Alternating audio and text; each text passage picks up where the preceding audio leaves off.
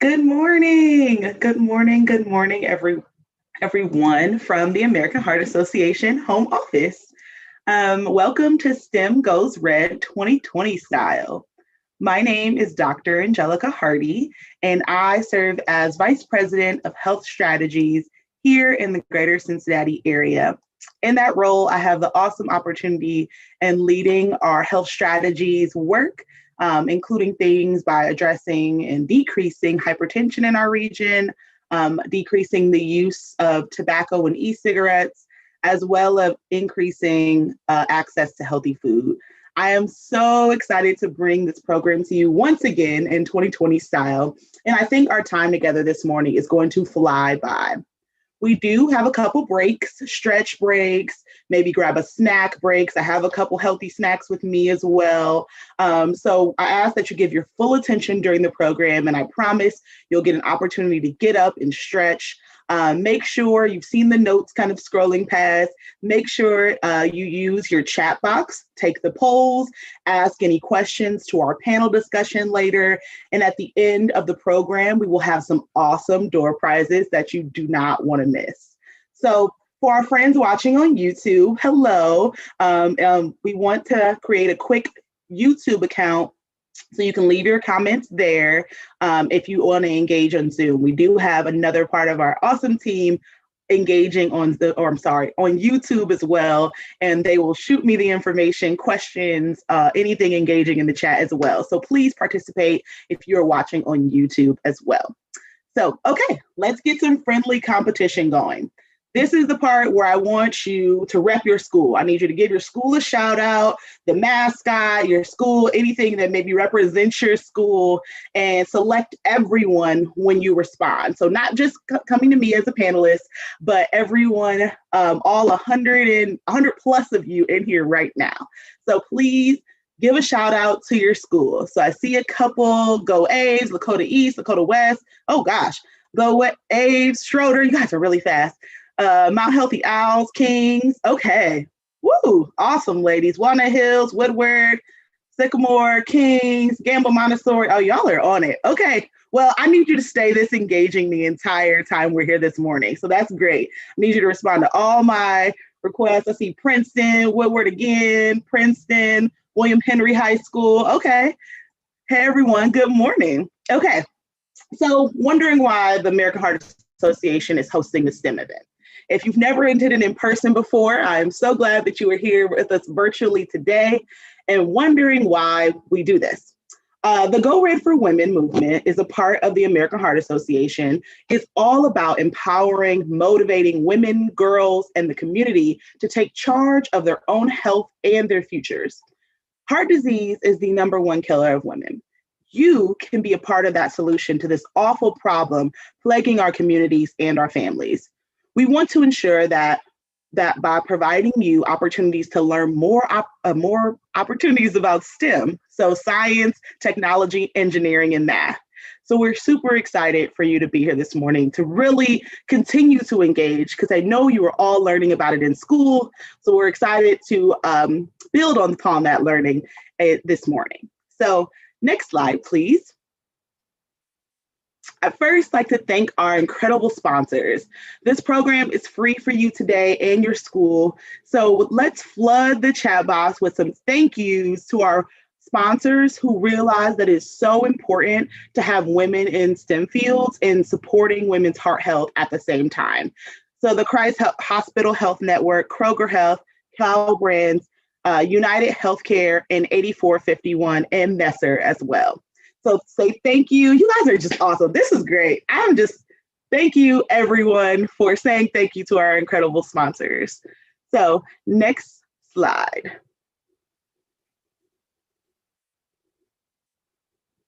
All right. Anyone else still waking up this morning? I was struggling. I'm gonna be honest. You can't tell because I have the red lip. That always is a key with our American Heart Association.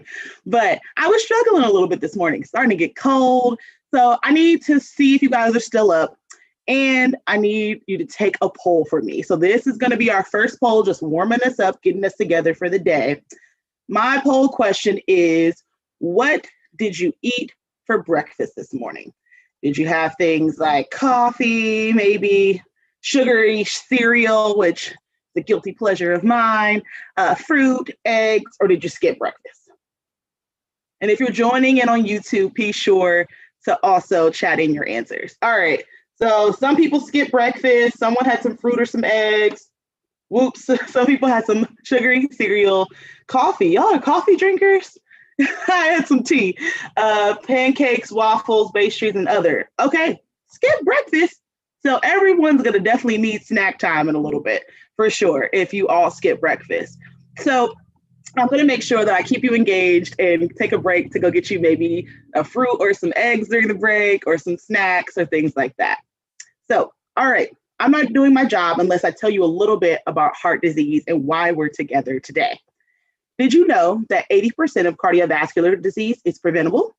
We have the power to take control of our health, and we need to stay healthy if we, women, want to change the world.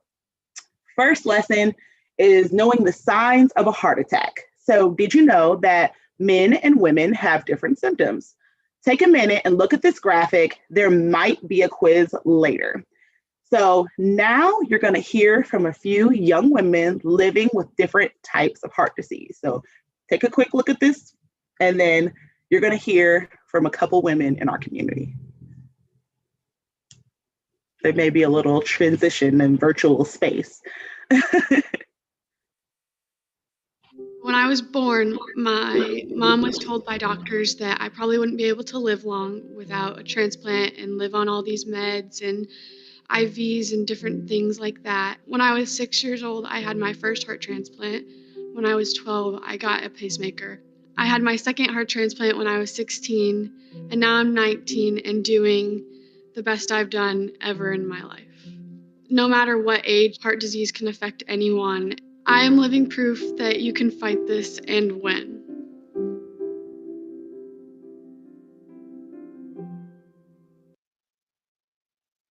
You're not going to be 22 forever. A lot of college students don't know that it can happen to you, so awareness is so important to me. I had a massive stroke 3 years ago when I was 20 years old. I was diagnosed with supraventricular tachycardia.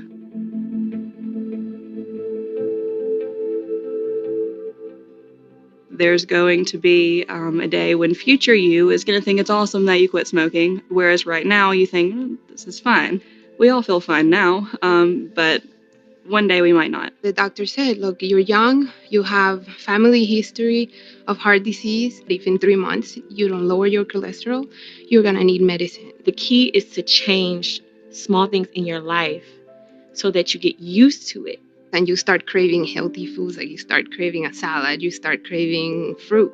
And that's what makes you healthy. I have my degree, I have a job, I'm living in New Orleans full time. I'm also taking care of my heart in a way that every 23-year-old can take care of her heart. It's not just damage control, it's now with an eye to the future. And I think that's an extremely lucky position for me to be in.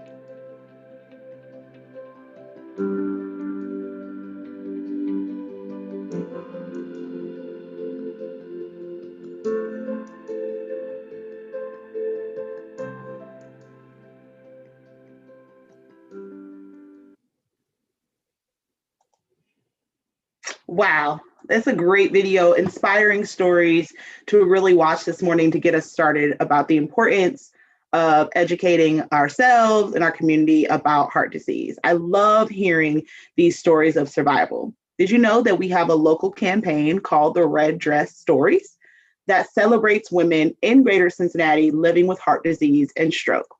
If you know a survivor, if you are a survivor and would like to know more and participate, please email Courtney Martin at heart.org. Her email is now in the chat box, and you can copy it and send us an email to get involved. Okay, let's see if you were paying attention before we get the stretch break. Let's go to our next poll. Which of these symptoms a woman might experience during, sorry, y'all, too many pop-ups. Which a woman might experience during a heart attack? Lists, and you can actually have multiple answers. So I see a lot of nausea and vomiting, jaw, neck, upper back pain, chest pain, pain and pressure, shortness of breath. You guys pretty good. Pretty good. All right. So good news, you're all correct. These are all symptoms women can experience. Most often it is a combination of these symptoms. But you know your body better than anyone else, and you may know if you're experiencing a heart attack before anyone else because you know your body. So you think you might be experiencing a heart attack, you want to make sure that you call 911. Before we pull some of our experts in to share their insights of their careers, let's talk about, well, I lied. Let's get a stretch break. I told you, I promised you we will do some stretching. We'll get up and moving. We will not be sitting here for the entire time. So let's get a stretch break.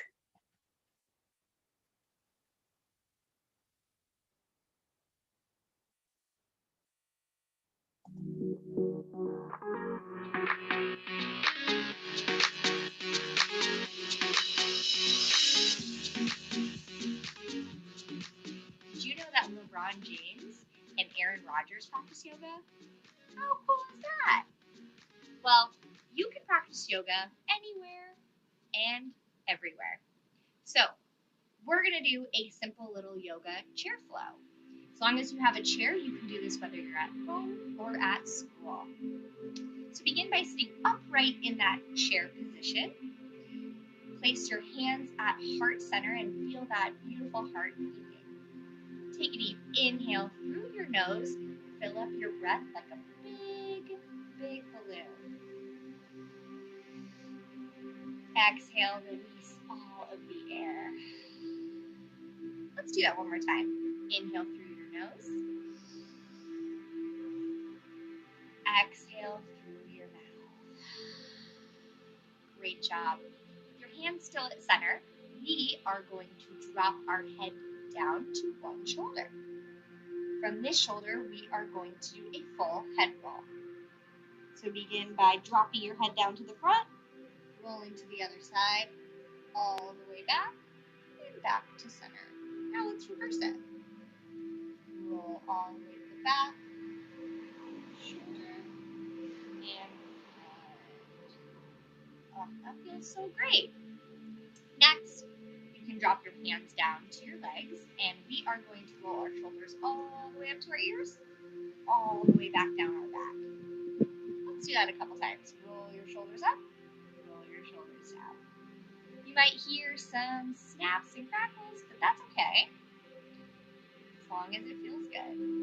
Just keep rolling your shoulders. That helps relax your back and all of your back muscles. Now let's go ahead and raise our hands to a mountain pose. So hands above our shoulders, like two strong tree trunks. Inhale. Now we are going to drop one of our hands to the chair, and we are going to lean over. Make sure you are holding on to your chair.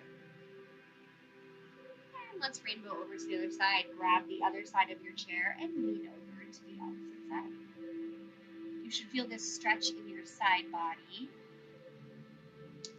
We can windshield wiper a few more times. Let that feel really good. All right, let's return back to center. And you are going to put your hands out in front of you and give yourself a big bear hug. You can sway side to side. Let that feel real good. Let's switch it out. Wrap your opposite hand over the top and sway side to side. Great job. Now in our seated position, we are going to take one of our foot and put it on top of the other thigh. If you look down, you should see a figure 4 position. Kind of looks like the number 4. Once you're in this position, you can slightly lean forward to feel that stretch in your upper thigh. Switch it out. Drop that foot down and carefully switch it to the other side.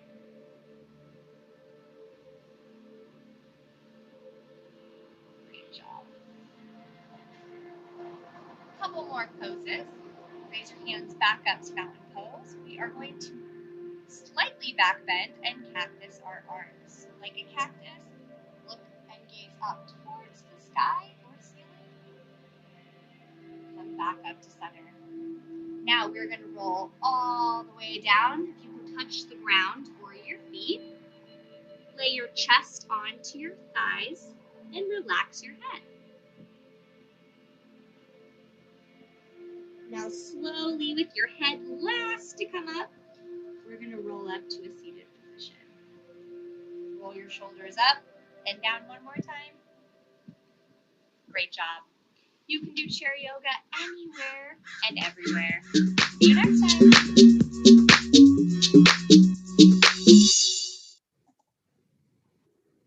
Wow, ladies. I don't know if you needed that this morning. I actually felt a couple things like cracking in my neck, probably from being virtually in the office for the last who knows how long. But that felt so good, right? I hope you guys really enjoyed doing some chair yoga, something that I try to do every once in a while, but obviously I don't do it enough because that was it was a little couple cracks and nooks and crannies. My neck was like, this one is probably my favorite. The one like this, she was done. I like that one. So I got to keep that in my pocket when I'm sitting here doing virtual school or virtual work or things like that. So, alrighty, y'all. I don't know about you, but I'm ready to move on and keep now that I'm awake and a little bit stretched out. Stretch breaks are amazing. So let's hear from our friends at Fifth Third about their paths and careers in STEM.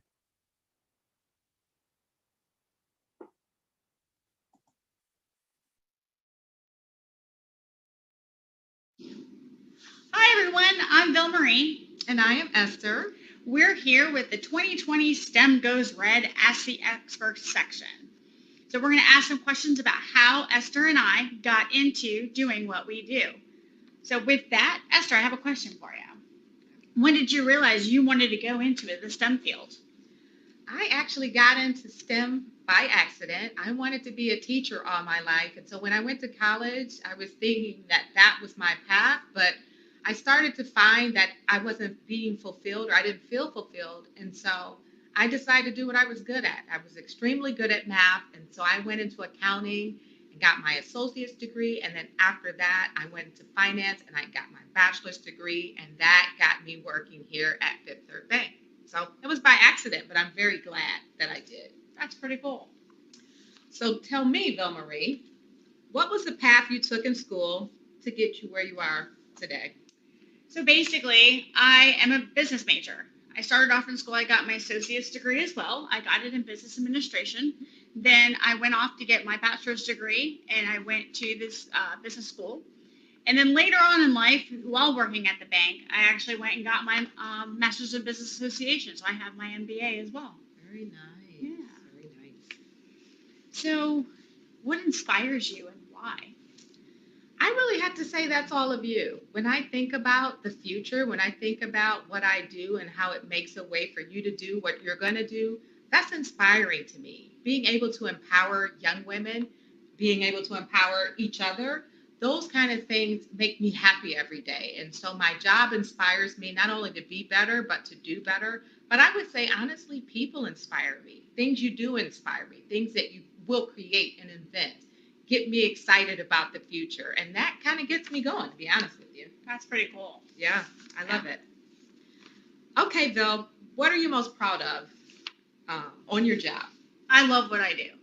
I found my calling in life. I've been working with Fifth Third for many years now, and I teach financial wellness. So what I do is I go out to the community, and I get to teach the things nobody likes to talk about, which is money. And how do we save? How do we plan for our future? Plan for that sunny day. And so everything about what I do and helping the community, helping individuals, and impacting the lives around their finances. I love it.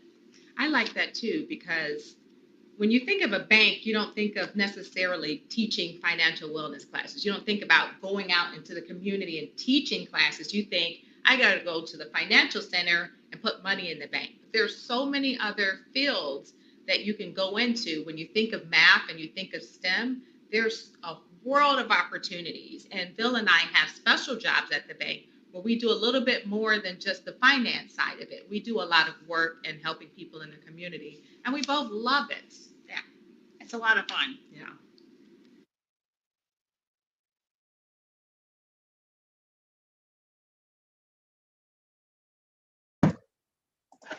Wow. I could listen to them all day. It's so inspiring to hear how we choose these careers and how we get to the point where you see the end where we're not end, but like while we're working in these fields.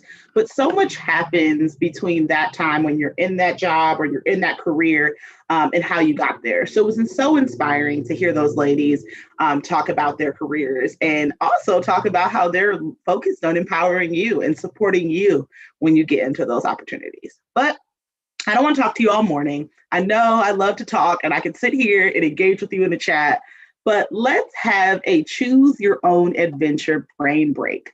So you can choose three different options, all about space jeopardy, which will be a science option, zoo designer, which is more of a math option, and then toxic jungle, which is a coding option.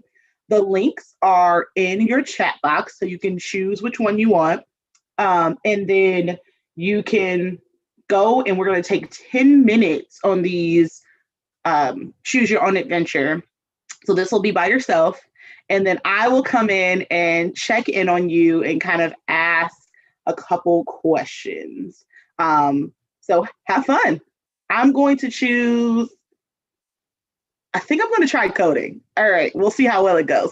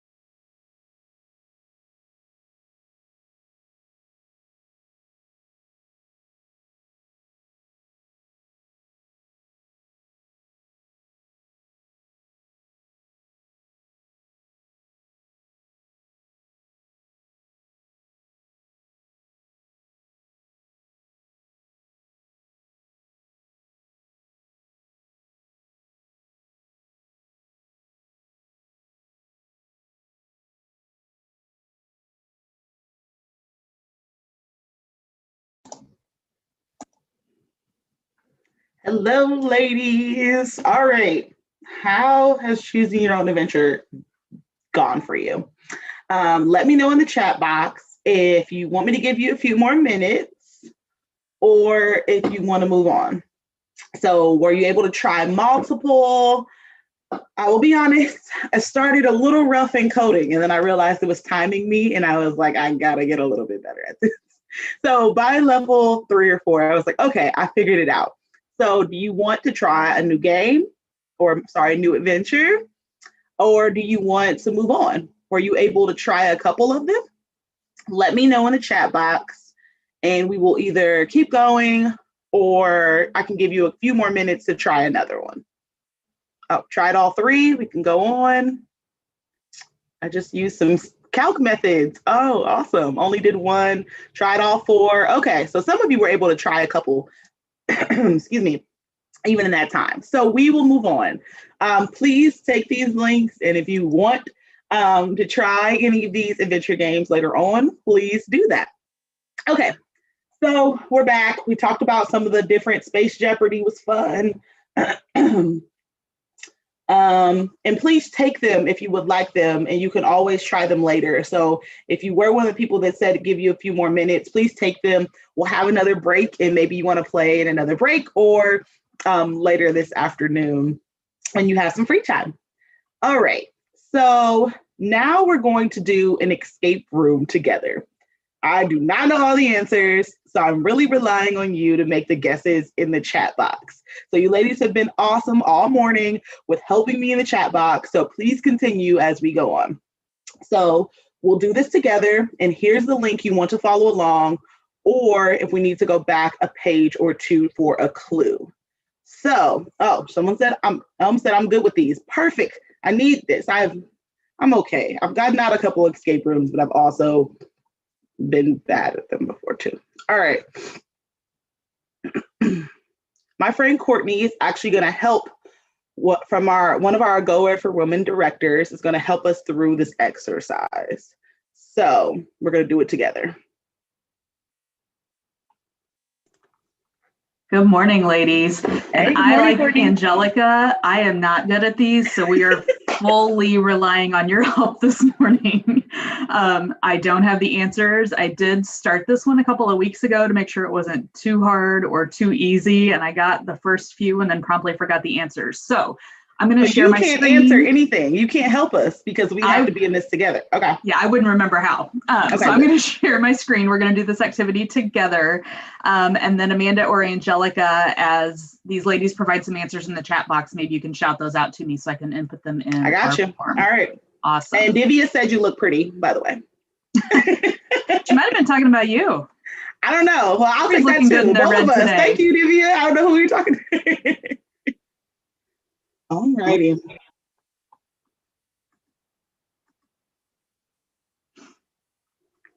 All right, can we see? Oh, there we go. Can we see Space Explorer? Perfect. You can see Space Explorer. So a couple of tips I will tell you. You guys might want to open a OneNote or a note on your phone. You might want to take some notes as we go back and forth here because there are some little clues along the way. So right, take notes. Can everyone see? Chat in the box if you, can everyone see okay? All right, got some yeses. Perfect. All right. All right, so begin transmission. There may or may not be some clues on this page that we need for the next one. That's a not so subtle hint to take some notes because I won't remember any of these.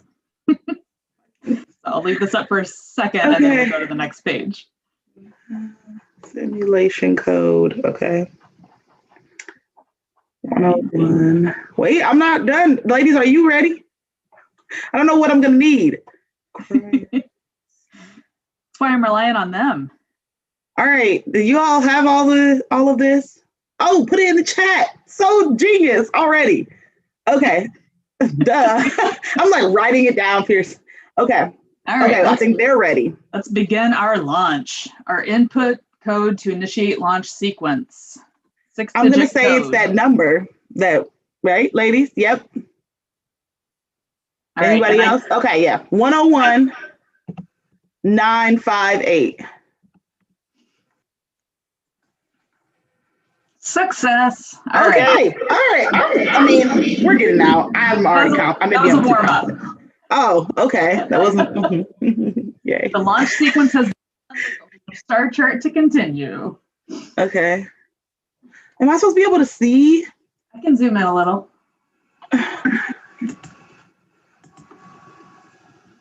Oh, 184.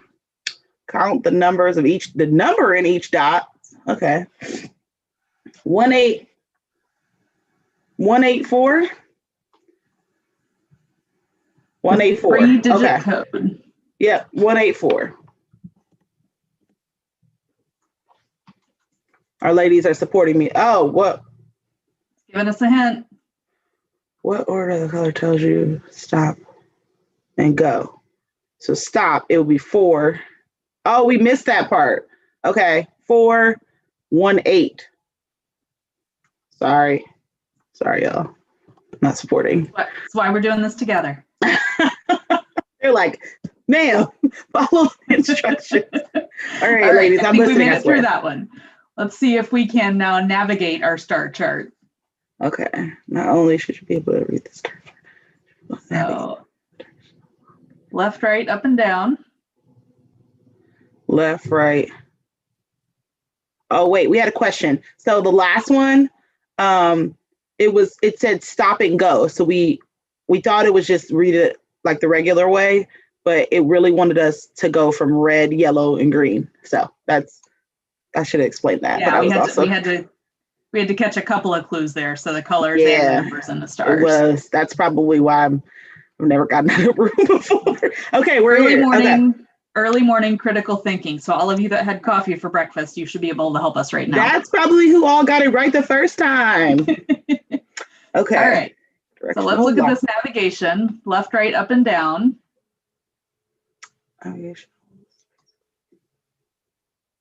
Begin at Polaris, then proceed right Pyongyang. Next, the Polix, followed by what? Then stop it. Might make more sense when we keep scrolling down to the star chart, but this is something we might need to come back to. Should I take a picture or something? I don't know. Note. Ladies, help me. Okay. I said, okay. I think y'all are going ahead and helping, I guess. Well, we gave them the link so they could look along. So here's our star chart. We got to figure out this code. They are saying DURLDL.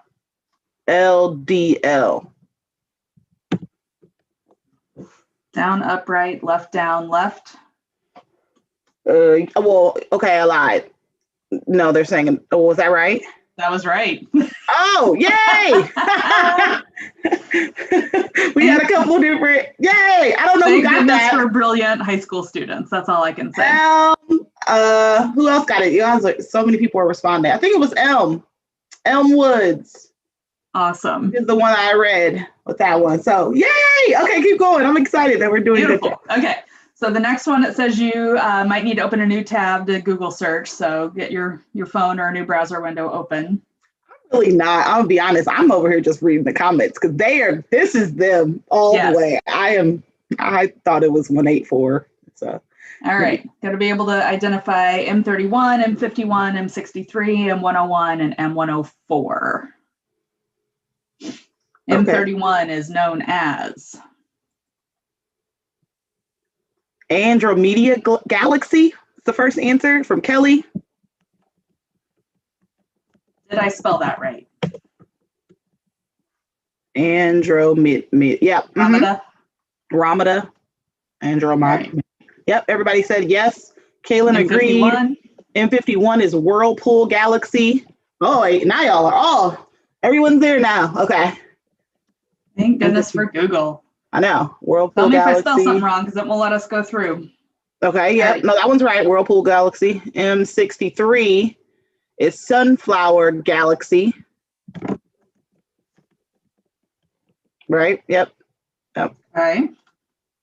And then M101. I see a couple people are saying Pinwheel Galaxy. Good news is if we try and we're wrong, we can try again. Okay. Pinwheel Gal. I know I'm like super close to them. I have glasses on, but it feels like they're not working. And sombrero, SOMBRERO. Sombrero Yeah, sombrero galaxy. for 104. For 104. They're really just telling me one by one, so I'm going to say yes. Okay. If that doesn't work, please make sure. Noelle said, let's make sure we use proper capitalization. Smart, Noelle. And someone said Charles Messer, or it's not Messer, it's Messier. Messier. Nope. No, only one I. SSIER. How's that? Yep. All right. Let's see what we got. I think we did a good job. Oh my gosh, it let us go through. You girls are amazing. You girls in Google. All right. That's all them. I'm like really just giving you the answers because y'all are amazing. Yay. Congratulations, fun. Ladies. Yes. Okay. Okay, right. I'm ready. We got to decode some Morse code now. Okay, Morse code. I know what that is. Play our rover message.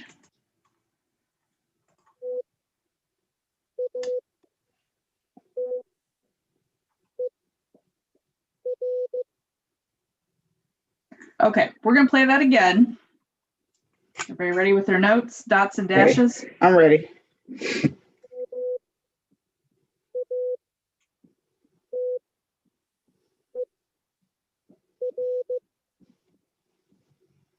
feel like this one might be hard. Oh boy, and then here's our chart. Oh goodness. And there's a link. There's a link here. Did y'all use the assistants? They already have an answer. So. All right. Do you want me to, lady? Oh, yep, they're all coming in. They said the answer is water. Water? Mm-hmm. Oh, maybe it doesn't like my caps. Yay! Lowercase. Fantastic. Yep. All right, on a roll. Awesome. All right. Okay, color code lock key. We align in sequence from our star. All right.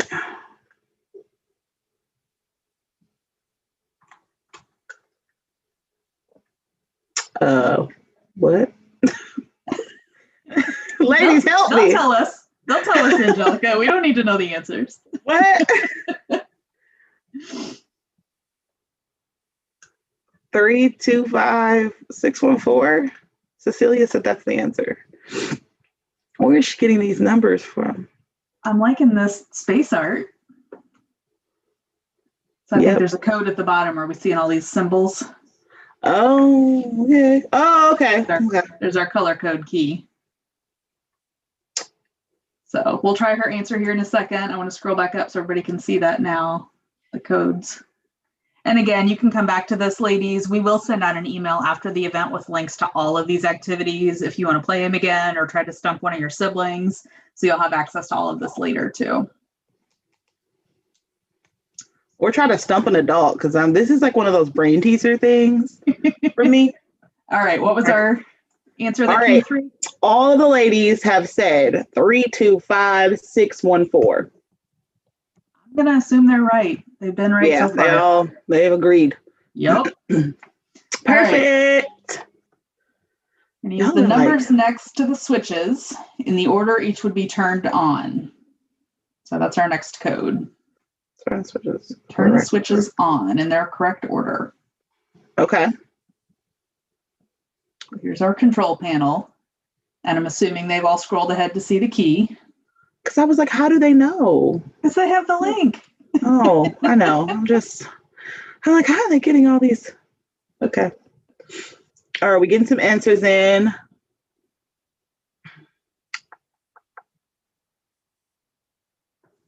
All right. Are we right? Cecilia, Alina, they said 516342. So that's 516. Order to turn our switches on. 342. That's what we got. Congratulations. Hey! Does that mean All we right. like won? Are we out? We are out. You guys nailed it. Okay. Nailed it. That So, was a ladies, really this fun is one. my first time being out of an escape room. And I'm pretty excited. I know I didn't do like anything, but you know give what? It the was a team answers. effort. You read their answers. You gave them to me. Super I'm fun. proud. I mean, I'm really excited. Now, if I could just keep this same energy in an in-person one, then I would love them. So, You know ladies, what? I am so happy. Post COVID, we'll go do one in real life together. Yes, we'll do one in real life and we will win. There you go. All right, This is ladies, great. thanks for playing. Thanks for getting all the answers so I didn't have to use my brain too much this morning. I hope you had fun. Thanks, Courtney. All right. So that was so cool. I really, really enjoyed that. I had no doubt that this group would carry me through and figure out all the clues. You guys are so engaging and had all the answers right. It was great. So I'm not sure about you, but after that, I could use a coffee refill / tea refill. Let's take a few minutes and we'll take a 5-minute break and I will see you right back here.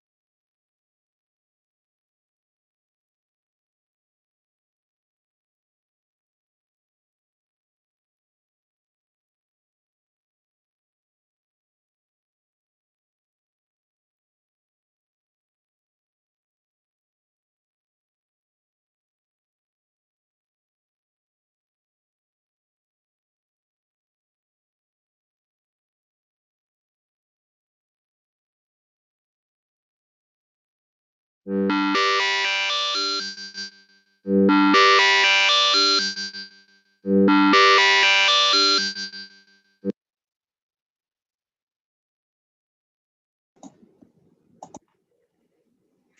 back, ladies. All right. I was fun. I was reading y'all's chats about playing video games. I'm like, these are like some awesome gamer. Y'all are building games. Y'all are playing games. Y'all are doing everything. So I'm just honored to be here with y'all virtually today. Talking about Minecraft and Fortnite and awesome. So love that you all are engaging with each other in the chat. That's so much fun. Wanted to welcome you all back and ask a couple questions. So, what has been your favorite part of the morning so far? So, this is going to be one of our fun polls again, where I will start reading. So, things like your survivor stories, the chair yoga, where I was able to work out all those kinks in my neck. Fifth Third, awesome opportunity about learning about careers, the heart health education, or our breakouts, or choose your own adventure game, or the escape room that we so successfully accomplished. Like, what was your favorite? So we're seeing some escape room, some choose your own adventure. Oh, it was escape room. All right, I agree. Even though y'all carried me through the escape room, I really enjoyed it and I had a great time. So that was definitely my favorite part as well. So again, if you are joining us on YouTube, please let us know in the chat and I will kind of get those as the morning goes on. So please, please, please engage in that chat as well. Or better yet, sorry. But well, rewind. I'm getting ahead of myself. So I'm laughing that you guys I'm laughing at your chat conversation. So please keep engaging in the chat. All right. So before we get to hear from more of our STEM experts, I want to take a few minutes and talk about something that I'm extremely passionate about. I'm passionate about not doing them, but tobacco and e-cigarettes and vaping. So as I mentioned, passionate about not using tobacco or e-cigarettes. I know this is something that is happening in all of your schools, and I know there's a ton of pressure around it. Aside from it being really, really expensive, I can think of a lot of things that I'd rather be spending my money on, probably more lipstick or clothes or jewelry or things like that, rather than something that can mess with your brain development at your age, as well as lead to long-term issues when it comes to your heart health.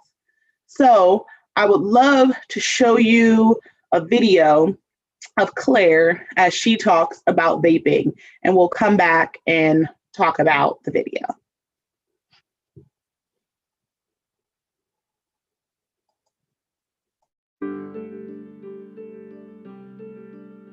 I'm Claire. I'm 16.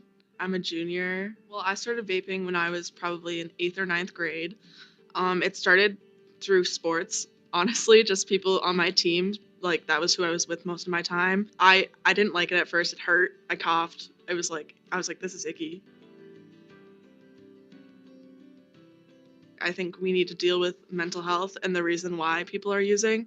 Personally, for me, vaping was a way to have something else like use to cope with my mental health, to cope with my depression, to cope with my anxiety.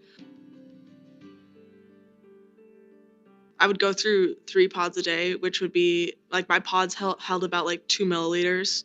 And so 2 milliliters of juice, if you like look it up, is equivalent to like a pack of cigarettes worth of nicotine. And so technically I was inhaling 3 packs worth of nicotine. I got so scared, but I was too scared to tell anyone that this was happening to me because I knew I was going to get in trouble. I hated it, and yet the addiction was so strong that I kept using. And my parents, they did not have the reaction I thought. My mom was like she sat me down and I talked to my mom and my dad for like a solid 2 hours. Life is not easy, like school's not easy, friendships are not easy, but you need to make it through this hard part in your life so that you can have your future. And addictive chemicals aren't going to help you get there. It's not going to get you to where you want to be.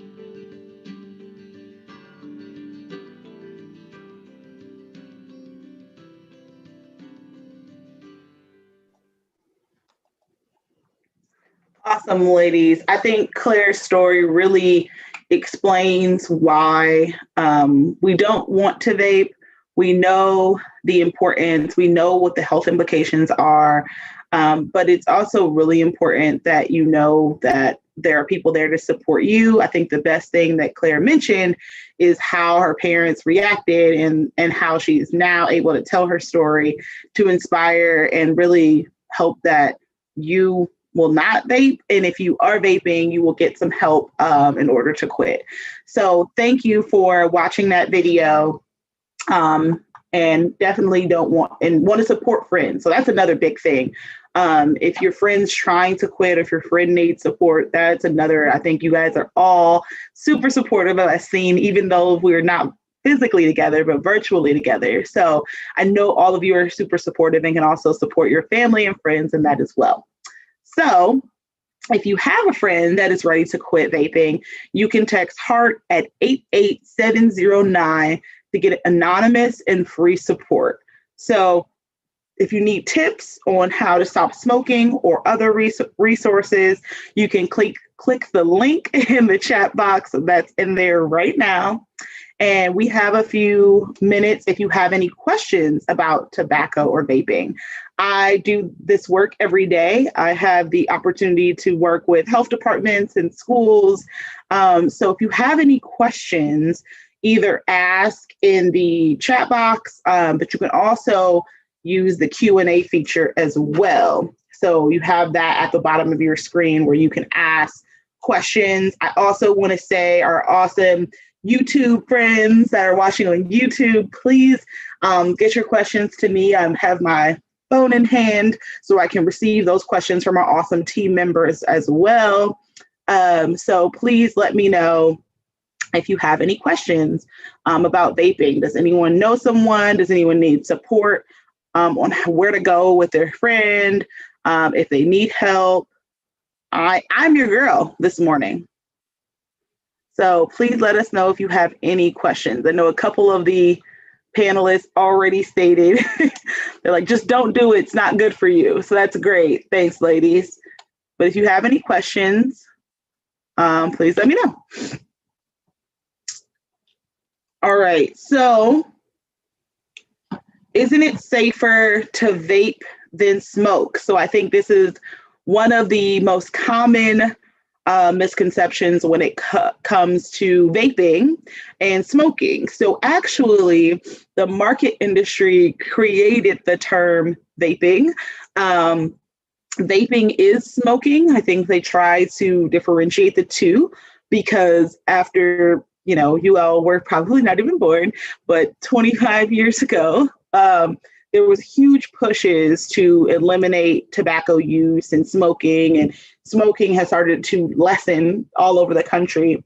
So kind of created the terminology of vaping and different kind of cool terms, but they're the exact same thing. So vaping is smoking. We continue to use vaping just because we want to make sure that that they're the same and not differentiate them based on an electronic cigarette or e-cigarette or smoking an actual cigarette. The nicotine is the same, or as Claire mentioned, actually a lot more in one pod than there are in a whole pack of cigarettes. So if you think about that, it's definitely not safer. They are both equally, they're both considered smoking. And then we still really don't even know how much research there is for the long-term effects of vaping because it hasn't been around that long. We know the long-term effects of smoking, but we do not know the long-term effects of vaping and how they'll have on our bodies. So sorry, now I'm talking too much and you guys have multiple questions. How to help a friend stop without forcing them? Oh, that's a really good question. I would definitely say support is the most beneficial way to do that, and maybe just providing resources and support if they're ready.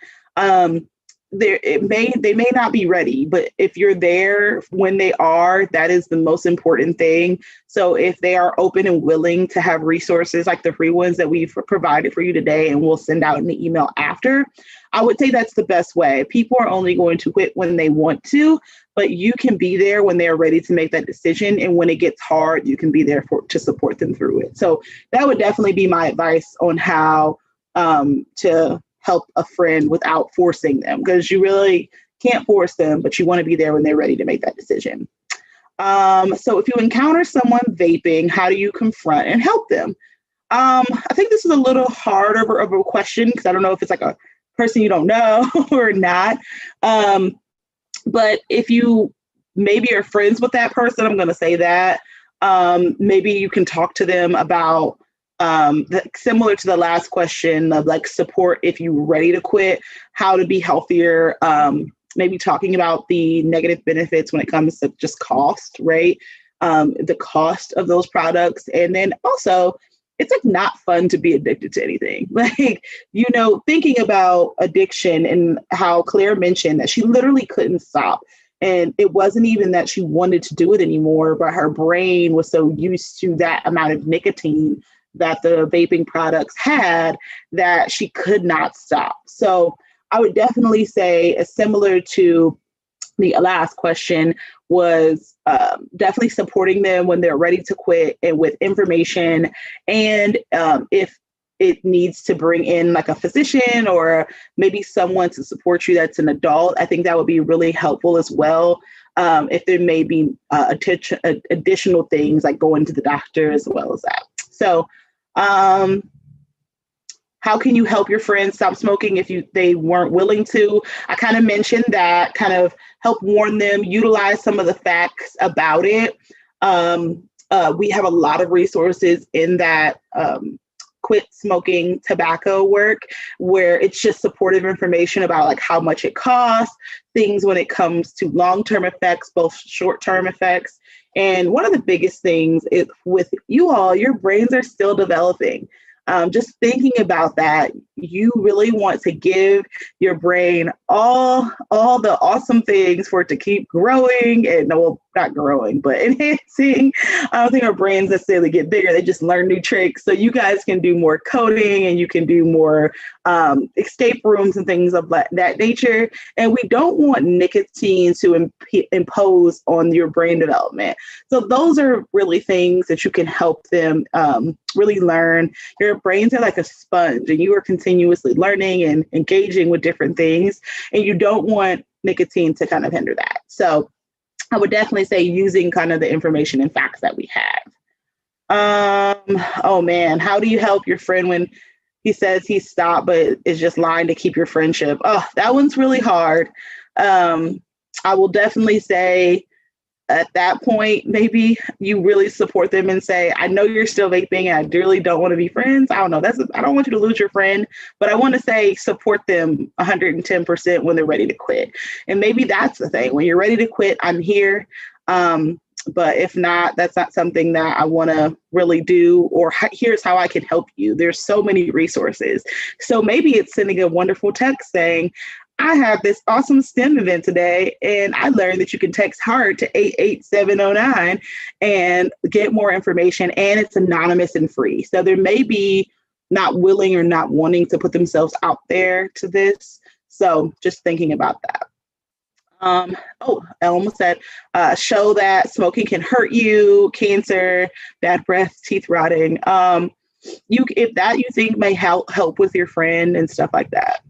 How can you get someone to stop chewing tobacco? These are all the same resources. So there wouldn't be a separate resource for chewing tobacco in comparison to e-cigarettes or vaping. It will be all the same kind of resources and support that you would need. So, someone said, a dentist showed my friend a scan of all the pre-cancer in his mouth. That was motivation for him to stop using tobacco products. That's a really good one. Yeah, so definitely dentists can show information about how not only your teeth can change, but you can look up photos of how your face potentially can change drastically from having those foreign substances in your body. And then we, think about the theme of all today, like protecting our hearts, making sure we live longer, healthier lives. And how do we do that? And that's by not smoking, or if we have tried it, or maybe are trying to quit, that we're going to the other side and we're quitting in order to improve our heart health. So that was great. Yeah. I think there's one more. Let me check to see if questions. I have a lot of different places to check. Okay. So one question. I vape to deal with stress for high school, and it helps. If I'm not supposed to vape, how should I deal with stress?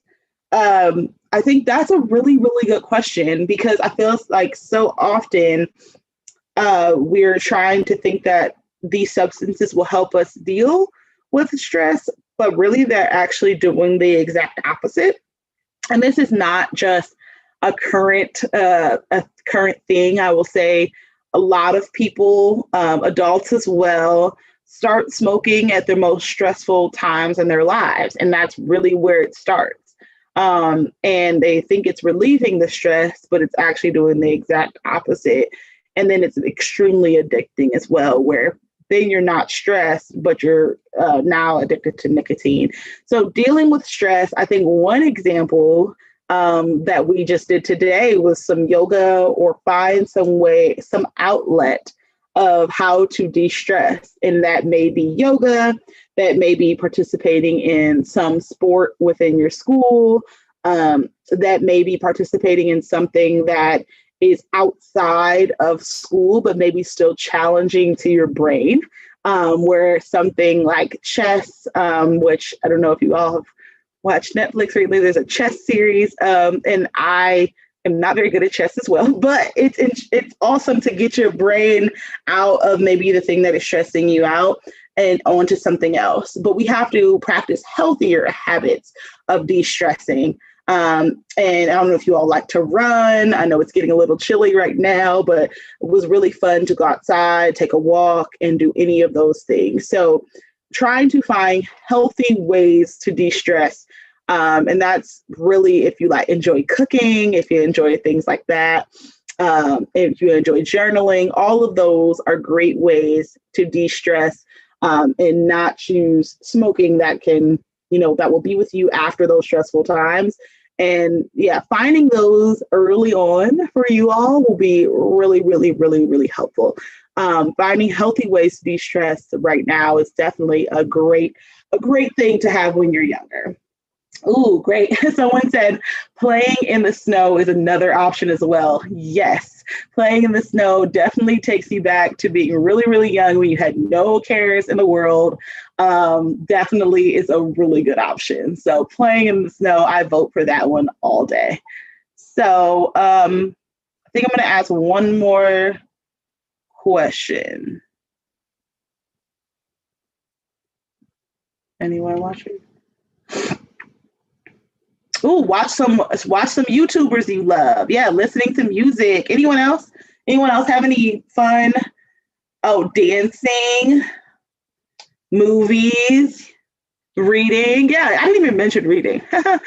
Baking, writing, playing with your pets, sleeping. That's probably one of my favorites.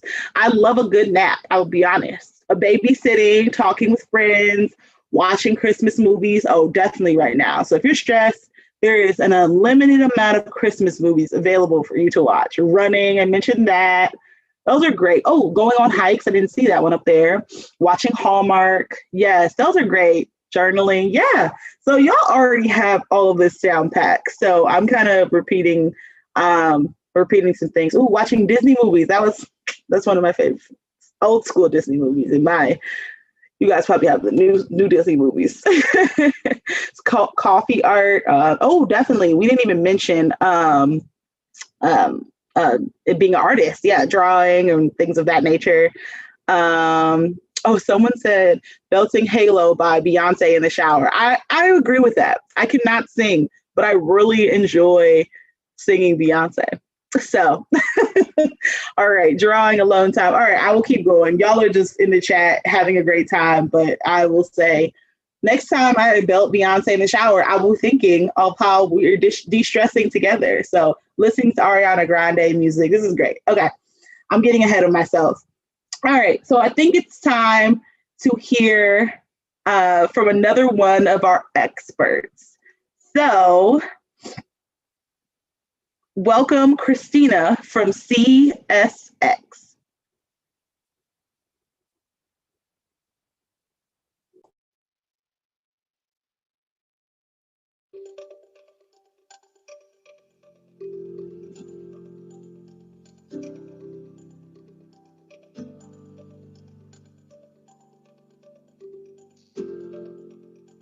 Hello, my name is Christina Stallings, and I am a Senior Technical Director for CSX Technology. I realized I wanted to go in the STEM field when I had an opportunity to visit DeVry Institute. DeVry Institute because my sister majored in computer science and attended DeVry Institute, and I was offered an opportunity to attend a show and tell day. During that show and tell day, they demonstrated robotics, the smart card, and particularly they demonstrated how to develop computer programming so that we can play video games. I left that program day feeling inspired and empowered to make a change through the STEM field. I like to think of my path to be more traditional. I actually started in high school trying to figure out what I wanted to do. I graduated from high school and then I attended Florida A&M University. I majored in computer science, but also went there on a volleyball scholarship, 4 years, which really taught me my leadership skills. From attending Florida A&M University, I had the opportunity to do an internship. That internship was with the United States Senate in their computer center. That really taught me my business related type skills starting at an early age. Once I graduated from Florida A&M University, I took my first opportunity with the Marriott Corporation in Washington, D.C. in their ISC division, which is called Computer Information Systems, but it was a management trainee program. My first assignment was with Cornell University, and get this, with a smart card. That opportunity actually gave me the ability to learn how to be a change agent, to adapt, and to communicate.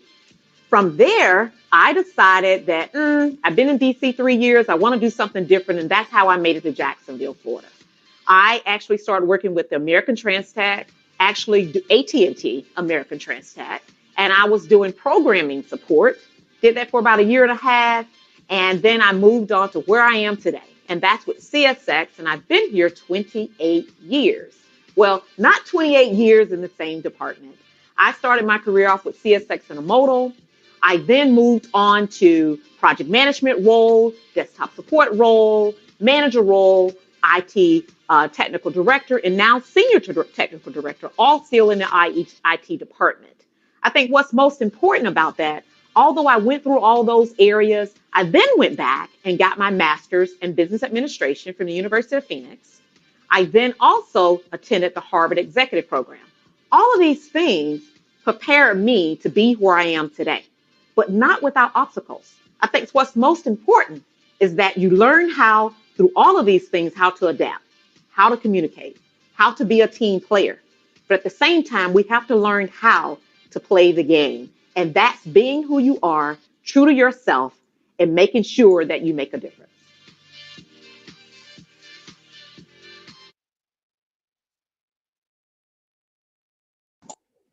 All right, ladies, how inspiring was it to hear from Christina and her story of how she got to where she is? And I think it's so awesome to hear the paths, right? We know we always see people at kind of their journey, but there's so many paths. And I love that she mentioned obstacles, because the reality is we will all have obstacles that we will have to face, but it's how we overcome and how we push through to really inspire to go to and achieve our dreams. So really, really interesting. And I also will say I have been watching your chat while we were watching Christina, and seeing you guys all talk about music and engage with one another is just also really inspiring and empowering, even though we can't be all in the same place physically, that you guys are finding commonalities with you all today. So definitely look into careers at CSX and continue to look for women that are doing inspiring things in different places in STEM. So soon we will have the wonderful opportunity to talk to some incredible women, and you'll have an opportunity to ask them questions. But first, let's get our blood pumping again. So everyone, it is time to stand up and give yourself a little bit of room, because it is another break, and it is another one of my favorite. I mentioned a yoga break. So get up and let's get moving.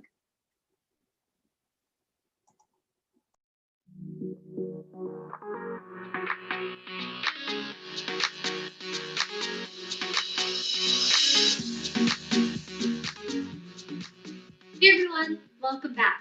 Today we're going to take a few minutes to stand on up and stretch it out so that we can feel ready to take on the day. So we're not going to need too much space, but go ahead and stand up.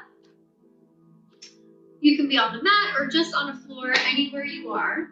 And I love to always start us out by checking in with our posture, or how we're standing. So I want us to be standing nice and tall. So something that helps me is to imagine that there's a string on the top of my head that is pulling me all the way up to the ceiling. So I'm straightening my back out nice and tall, shoulders are rolled back, and now I'm standing in my tallest posture that I can. Let's all take a few big deep breaths to start us out. So while we breathe in or inhale, I want us to bend in and reach those arms up. And as we exhale or breathe out, dropping those arms back to our side. So inhale, bending the knees and bringing the arms up. And exhale, drop them down. One more breath like this. Inhale up. And exhale, dropping it down. Awesome job. Now let's go ahead and get a few neck stretches in. So let's drop our chin to our chest, just as if we're looking at the floor. And we feel that stretch in the back of our neck. And now nice and slow, I want us to roll our head over to one side, as if our ear and our shoulder is trying to meet. And we feel a stretch all alongside the opposite side of our neck, dropping it back to the center, and now gently rolling it over to the other side. Now we're feeling that stretch on the opposite side of the neck, and dropping it back down to the center, and bringing it up. Now let's take our hands and place them right on our hips, get nice and comfortable, and let's just drop to one side, so we're as if we're pointing our elbow to the floor underneath us. So we're just going to shift our hips and point that elbow all the way down to the floor. And now we feel a nice side stretch on this whole side of our body. Using that core strength to bring us back up. And let's tip over to the other side. Feeling that stretch all the side of the body. And straightening back up. Awesome job. Now let's take our hands and reach behind our back like this. So we can either interclasp our fingers or just hold our hands. And I want us to push open. So we're reaching towards the back of the room and our chest is expanding. Feeling a nice chest and shoulder stretch here. But now, let's slowly drop to the floor. Our chest and our head are dropping to the floor, and our hands are reaching up towards the sky. Oh, and noticing this stretch and how it feels in so many places of our bodies, the back of our legs, our hips, our shoulders. And dropping those hands down in front of us. Let's scooch our feet in a little bit closer. And let's take a few deep breaths. As we breathe in, I want us to lift our chest off the ground and place our hands on our knees or on our shins. And I want us to Imagine that we're balancing our favorite plate of food on our back. So our back is nice and straight. Inhale. And as we exhale, we drop it all down and release. Inhale in, nice flat back. And exhale, drop it down. Awesome job. And lastly, nice and slow, I want us to roll all the way back up to standing. This is not a race. Nice and slow. Our head and our neck come up last. We are almost done. Let's take 3 more breaths all together, just like how we started out. Let's inhale those arms up. Oh, and exhale, drop them down. 2 more. Big breath in. And exhale, let it out. Last one all together here. Inhale in. Exhale, release. Shake it all out. And thank you guys so much for joining me. Hope you have a great day, and I'll see you next time.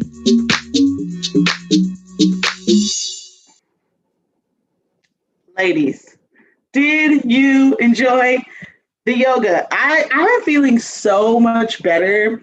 Like, my back. I really enjoyed it. If type of 1, well, you guys are already saying you love the yoga, but type of 1, if you actually did the yoga, you actually, sorry, my neck sounded like popcorn. My back and everything sounded like popcorn. And I was like, I think I need to actually add this to my exercise, like my everyday. I should really do some more stretching. So type of 1 in the chat if you actually did the yoga, or if you were going to start doing some yoga. Yeah, I'm going to definitely really, because the way it did sound like popcorn and my neck and back part, I'm not doing something right. So, all right, ladies. Also, while we're typing in, why don't we type in what kind of exercises you like to do? So type that number in on type what you like to do. I know some people mentioned running, and things like that. So if you like talking soccer, playing Minecraft, swimming, tennis, dancing, awesome, marching band, this is great. All right. So we talked earlier about heart health. So we are going to take a quiz to see how much you know about brain health. So click the link that's in the chat right now, and then scroll down and click take the quiz. When you're done, come back over and type easy or tough in the chat box and let us know what you thought about the questions. So I'm going to give you a couple minutes with that, and we will be right back. So I know I'll still be here, but I know you guys aren't going to be engaging in the chat because you're going to be taking the quiz. So go.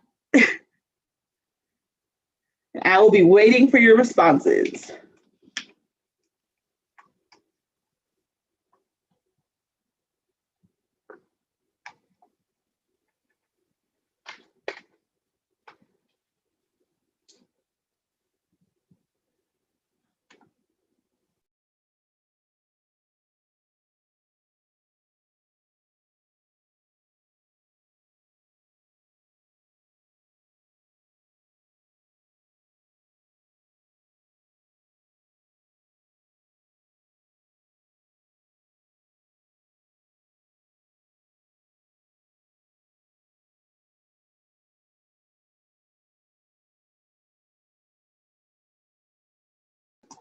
All right, I think it's Sharia was the first one, and she said easy. Natalia said easy. Sasha said easy.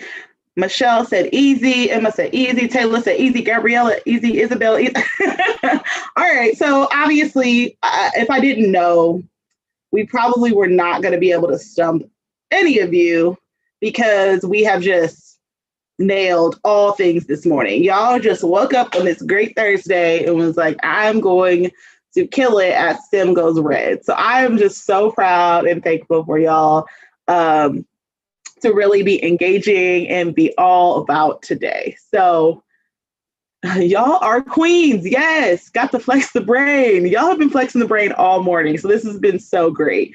definitely made this time continue to go fast. So before we move on to our panel, does anyone have any questions? We have about 2 minutes to go through before our panelists start to come on. And you will also have the opportunity to ask them some questions. So excited that y'all are thinking that this is easy. Ooh, best type of exercise for your heart health. I definitely don't think there's necessarily a best type of exercise, but anything that gets your heart going is the best exercise. So it's all about really working your heart muscle and anything that gets your heart rate up. So we mentioned a ton of those today, people riding bikes and dancing, running, all of those. So you really want to make sure that you're getting your heart rate up and you are able to exercise that muscle. So there's not just a one-stop shop, because sometimes you don't maybe feel like running. Sometimes you want to power walk. As long as your heart rate is getting up, that is a good exercise. If you decide to ride a bike, or if you decide to do one of those crazy dance videos, those are all awesome ones. What else? What exercise is good to do with asthma? So I would definitely say make sure you talk to your physician about, your control asthma. If you have to take an inhaler prior to doing exercise, but you may want to do something a little bit more stagnant, like a bike, or even like an elliptical or things like that. All of those still keep you able to get your heart health up, or your heart rate up. I'm sorry. But make sure you. Oh, agreed. Yay, Dr. Casado. We're going to talk to her in a second. Agreed. With good heart health. And we'll talk about that in a couple of minutes. Oh, it's 10:30. So we will have time for more questions later. But I am super excited to welcome our panelists as they virtually come in the room. So this is going to be a really awesome, great session and next session for you guys. We have some incredible women from various STEM fields in Greater Cincinnati who have volunteered their time this morning to answer your questions. So start thinking of them right now. So thank you, Cal, for your time, for sponsoring this specific panel discussion, and want to know what kind of jobs you can get. So we have put the bookmark to the career site that is in the chat right now. And you may want to grab a pen and take some notes as these amazing women come on and tell you about their careers today. So we'll take a break as the group right after this. So please pay attention to these amazing women that have taken their time out of their day to engage us in this discussion. So let me introduce our panelists. So first, we have Connie Weaver, who's the Vice President of Research and Development at Cal Brands.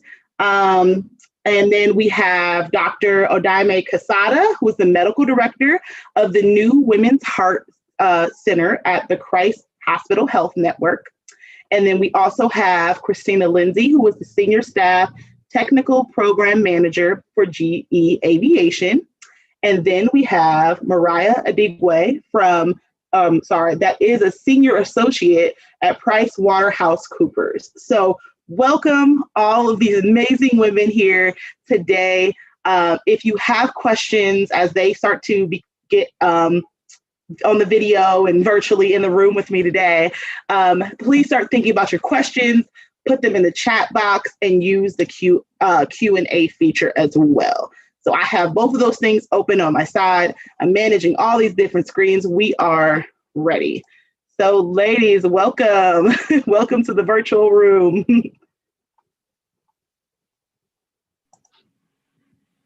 Thank you, Angelica. Thanks. I know it's kind of interesting. We're all virtually, and it's like, we're here, but we're like kind of here.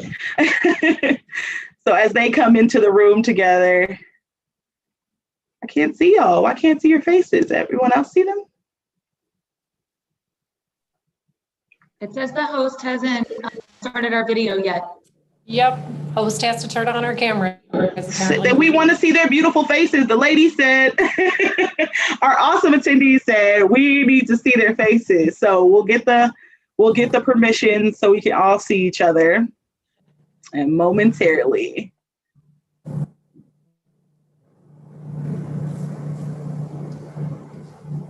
All right, this is time. Y'all should be thinking of questions to ask as we get in the virtual room together. So we gave you extra minutes to think of questions in this time.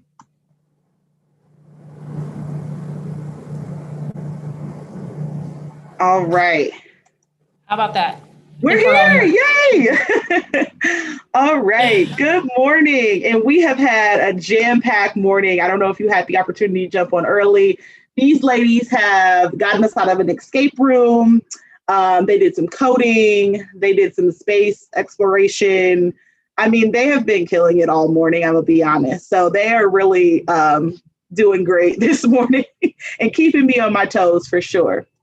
So I wanted to start off by, I know I did a brief introduction, but I would love to start off and just tell the ladies this morning what you do in your roles that I mentioned. So we'll start with Connie and then Dr. Quesada, Christina, and then Mariah. Go. All right, thank you. Good morning. First of all, I want to say thanks to Dr. Hardy and all the organizers of the event, because it's really an honor for Cal to be able to sponsor this portion of it specifically, but an honor for me to be here to talk to all of you because it's something I'm really excited about. And I like to take the time to be able to talk about STEM with women. So thank you so much for the opportunity. As far as myself, as Dr. Hardy said, my name is Connie Weaver, and I work with CAL organization, which probably many of you don't know the name. It's actually a Japanese origin name, but you may understand our former name was the Andrew Jergens Company, and that relates to some of the brands that we have. So we have obviously Jergens lotions, John Frieda hair care products, Biore face care products, and many other brands in the portfolio here that you may recognize. And then we have a lot of brands globally across the world. So my role here is leading our research and development group, and specifically around our personal care products for hair care and skin care. I've been with the company for over 25 years, so quite a long time. In fact, longer than most of you have been alive, but it's been a terrific career here and something that is constantly keeping me growing, especially in this STEM area. So thank you for the opportunity to be with you today. I look forward to all of your questions. Awesome. Dr. Quesada? Hi, everyone. Thank you for this opportunity, Dr. Hardy and the STEM Go Red panel. It's really been an honor to be part of this team. And it's great to see this event come together, even despite the difficult times that we're all living in. So a little bit about me. I am from Miami, Florida, and I've pretty much been everywhere for my training. I'm a cardiologist specializing in women's heart disease by training, and kind of have been to many places to make that possible. Now I have this phenomenal opportunity to be the medical director of the new Women's Heart Center. So creating a Women's Heart Center is a passion of mine and a true dream come true. I'm also an NIH, National Institute of Health investigator, a clinical investigator. So I do a lot of research. I do clinical care. And then I have, the directorship role. So it's really multiple hats, but I'm very excited I get to do this work. And I'm excited to talk to you ladies about heart disease and women or anything that you may want to know.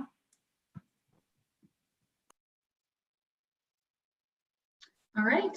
Hi, everybody. Good morning. My name is Christina Lindsay. I work at GE Aviation. So GE is a very big business, and we make a lot of products more on the industrial side.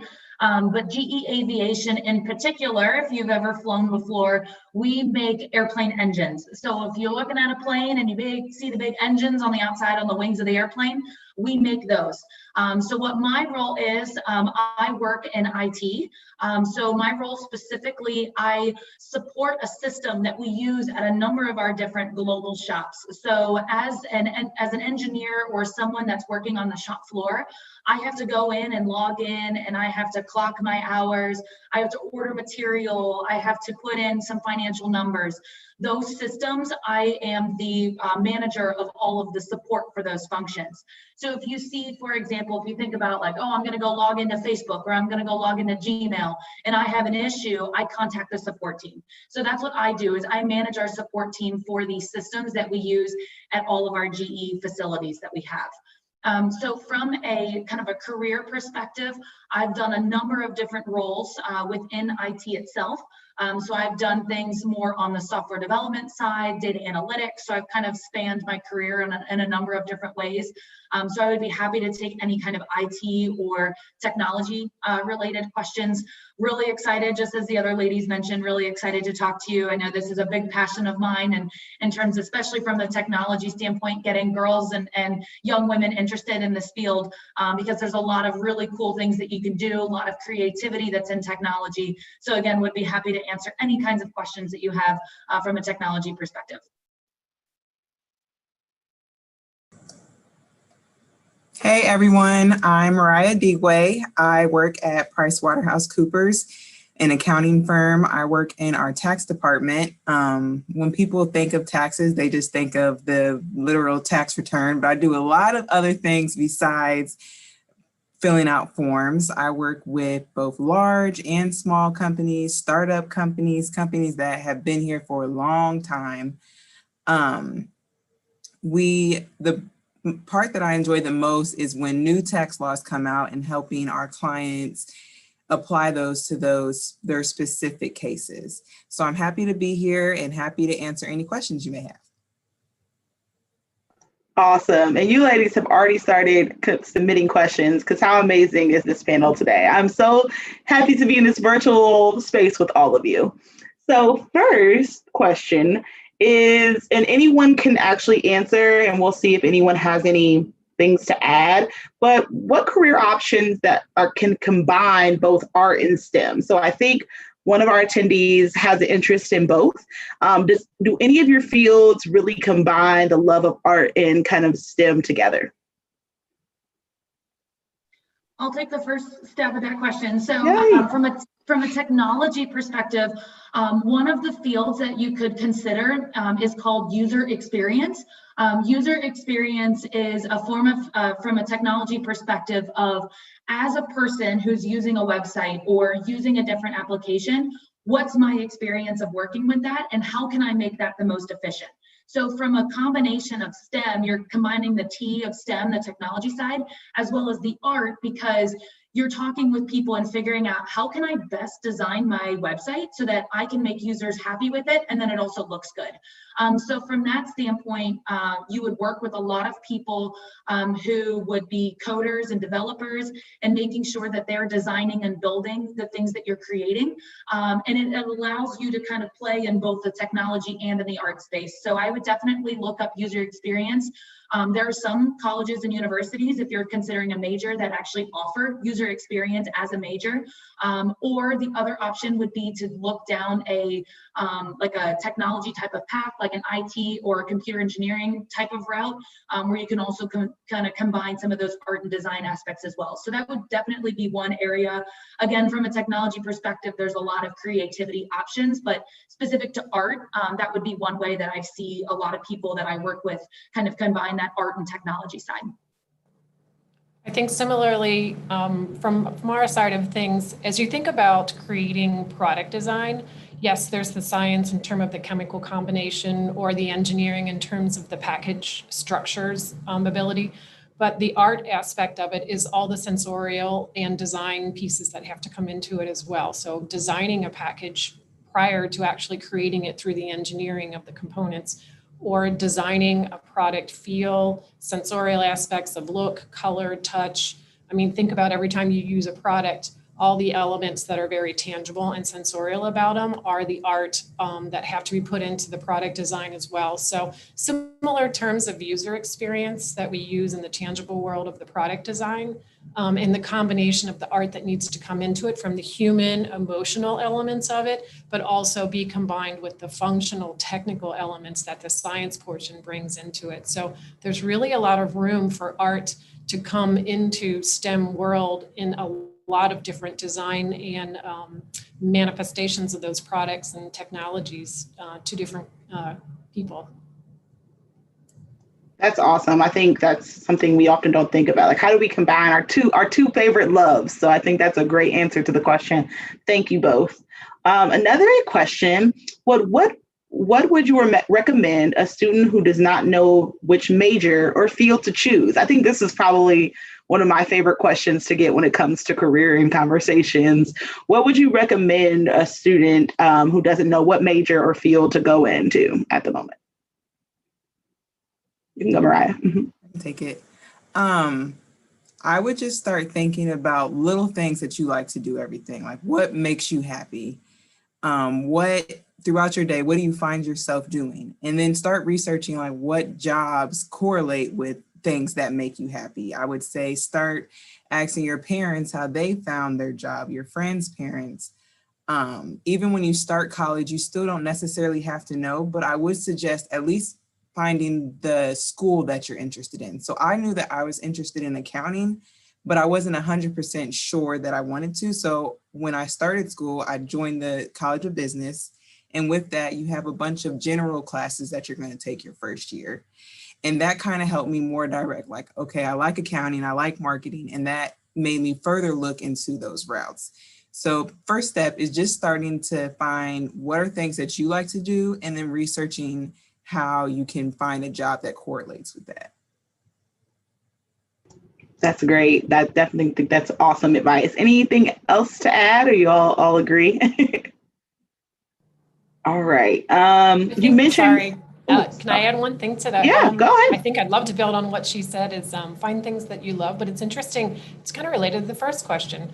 At that point, when I was headed into college, I really wanted to go into arts. And my father had said, but I recognize that you're really strong in science and math. Have you ever thought about that field? I know it may be something I wasn't initially passionate about, but he recognized that strength in me. So always take the feedback of others of what they see as your strengths as well, and consider that along with your passions. And what I did is I pursued that career path through college and into my job now. And I found the art inside the science. So they don't have to be exclusive. They can be combined. So always take the feedback from others too, as you're thinking through this. I would add the same comment for medicine. There's a lot of the art of medicine, and there's a lot of opportunities to do, to be creative and not just think, oh, I have to be good at math and science, and that's the only people that become doctors. That's not necessarily true. A lot of my friends were literature majors or language majors or different majors, and they also had a passion for medicine, so they didn't let that detract them. That's all great advice, ladies. This is awesome. In that same realm, we've talked about kind of majors and things of that nature. Are there types of colleges that these ladies should look into when you recommend STEM? So it gave state or public as examples, but maybe just in a general, what would you recommend? I know that's kind of a general question, but for fields in STEM and college choices.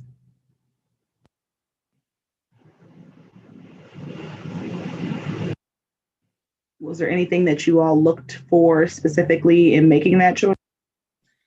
Yeah, I can kind of take that question. Obviously, I'm a little bit biased in the fact that I went to the University of Cincinnati, so I love UC. I'm a big Bearcat. We had a good win yesterday. I'm very excited about that. So when I was looking at colleges a long while ago, I knew that I wanted to go into STEM. And so some of the things that I was thinking about is maybe not necessarily the specific majors, but what is that college going to offer me that I'm looking for from a learning and an experience perspective? So for example, I wanted to go to some kind of college that provided good internship or co-op opportunities, because although I learn well and do well in the classroom, for me, my learning is hands-on experience. And so I wanted to look for a college or university that would allow me to get some of those experiences. And one of the reasons I chose UC was specifically because of the co-op program. So as you're thinking about the different types of options, think about, in addition to the major, what are some of the opportunities that college or university could provide me to help enhance my education outside of the classroom? So that's maybe one thing to think about. Anymore, most universities, community college, state schools, private schools are going to offer some kind of STEM fields. So that's why I suggest maybe taking a look at some of the major options and then looking at some of those other types of collegiate experiences as well that you can factor into your decision. Awesome. Any other advice? I thought was great.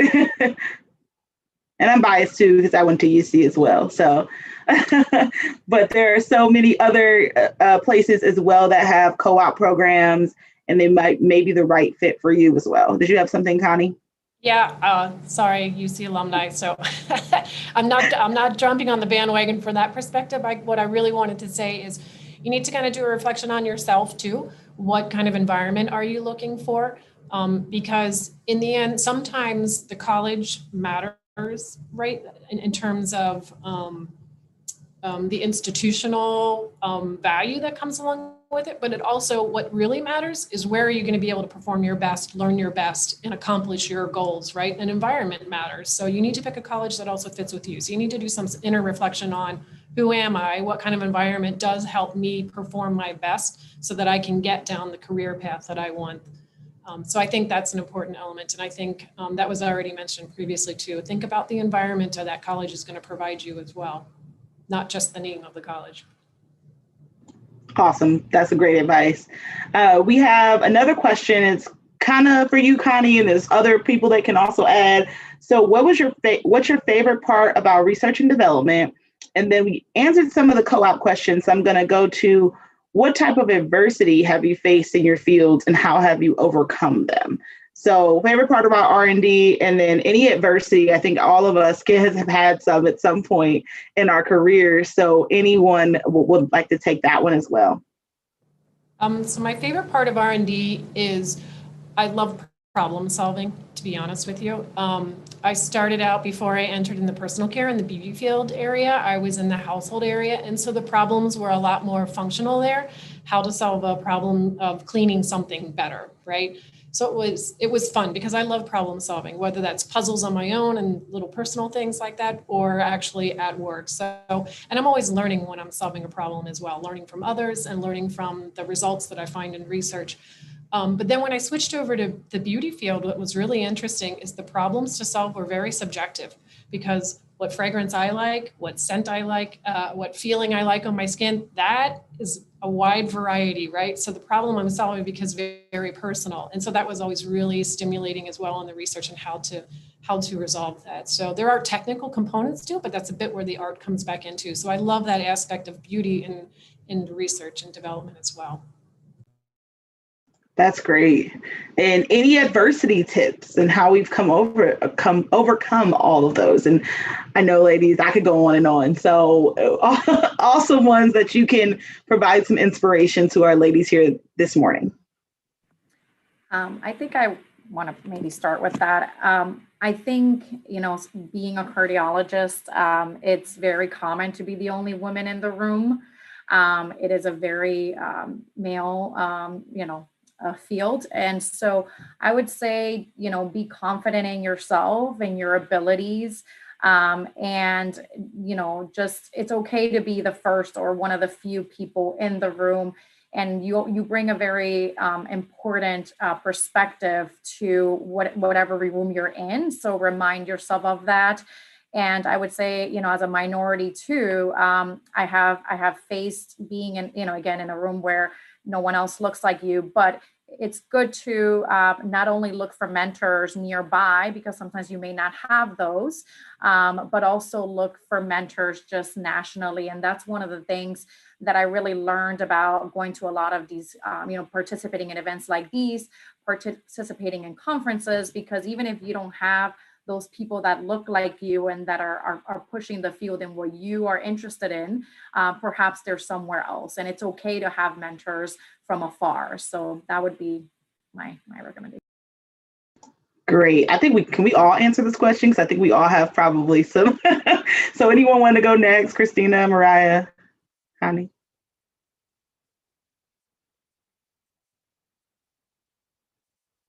Mariah, if you want to go next, I know I've been chiming in on a lot of questions. Go right ahead. Yeah, just to add to that, I think my first year at PwC, I kind of struggled with being the only woman, and not only being the only woman, I was the only Black woman. So dealing with that, I think a lot of it was more so what I was thinking other people thought of me. And it really, they didn't look at me any differently. So getting a lot of your self-doubt out before you even walk through the door is what helped me succeed in like my first year. That's great. That's really great advice. Thank you. Yeah, I would say for me, kind of reflecting back on my time at GE, one of the things that I've really appreciated about GE is the fact that they have a women's network, and in fact have a lot of other affinity networks as well. So whether it's our Asia Pacific Forum or our African American Forum or our GLBTA, people with disabilities, I could go on and name a whole bunch of them, but I felt like for me, joining some of those affinity networks allowed me to meet and connect with people across other organizations, as well as hear from and learn from other people of what they have done. So I would definitely agree with some of the mentor opportunities and finding people that are like me and not like me, just to mentor me kind of through my career.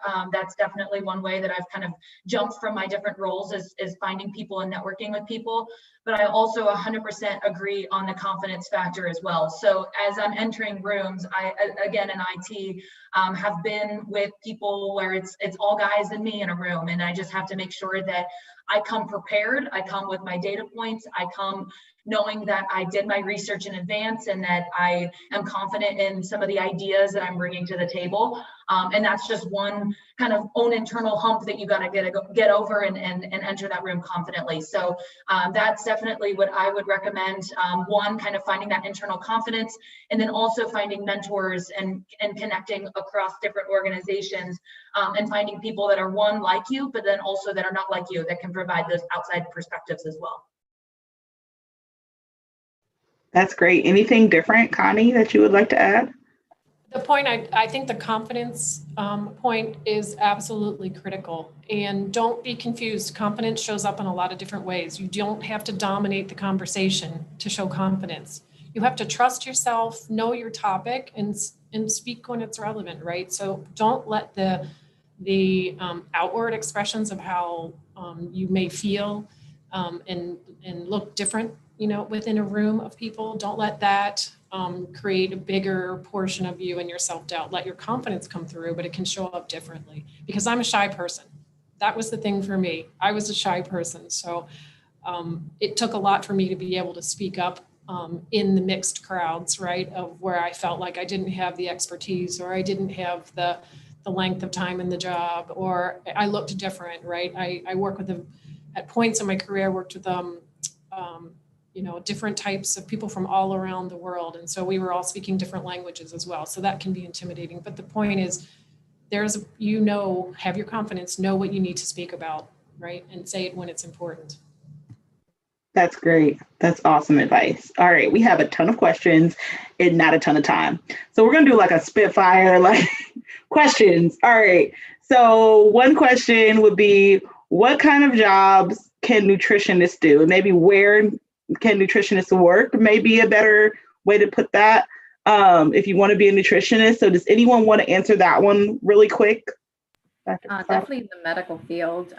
So you can be either in the outpatient setting or in the inpatient hospital setting. You can definitely get a job as a nutritionist. It's important in both. In fact, we have a nutrition program as part of the Women's Heart Center because it's such an important part of heart health. Yep, that's a great answer. Yeah, but a lot of places. There are more nutritionists in all of these fields more than you will know. So I would say in the less obvious places, maybe in the product development fields as well for nutrition, right? So how to create products for that purpose too. Oh, thank you, Connie, for adding that. That's perfect. What are some careers that I could do to combine agriculture and STEM? Anyone?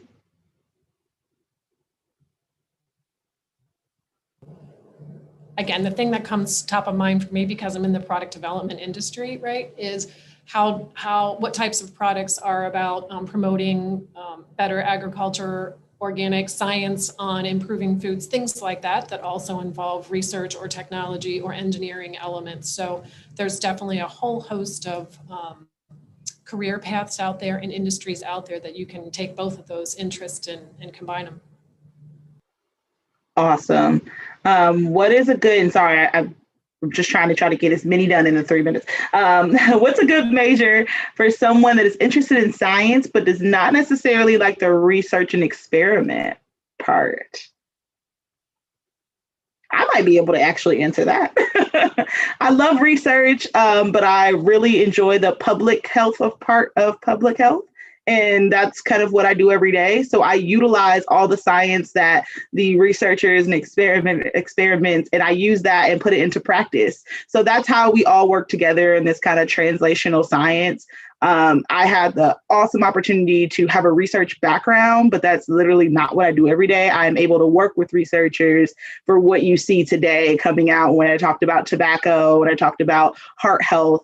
I don't know. I feel like that was the easy one for me to answer. So there's ways for you to maybe not. I originally thought research was, bench research. That's it in a lab. And there are so many other types of research, and that may be something you want to take away from today to learn about community-based participatory research, to learn about action research, and think about other steps of research and how teams are formed. So that's that question. And then we only have time for one more question.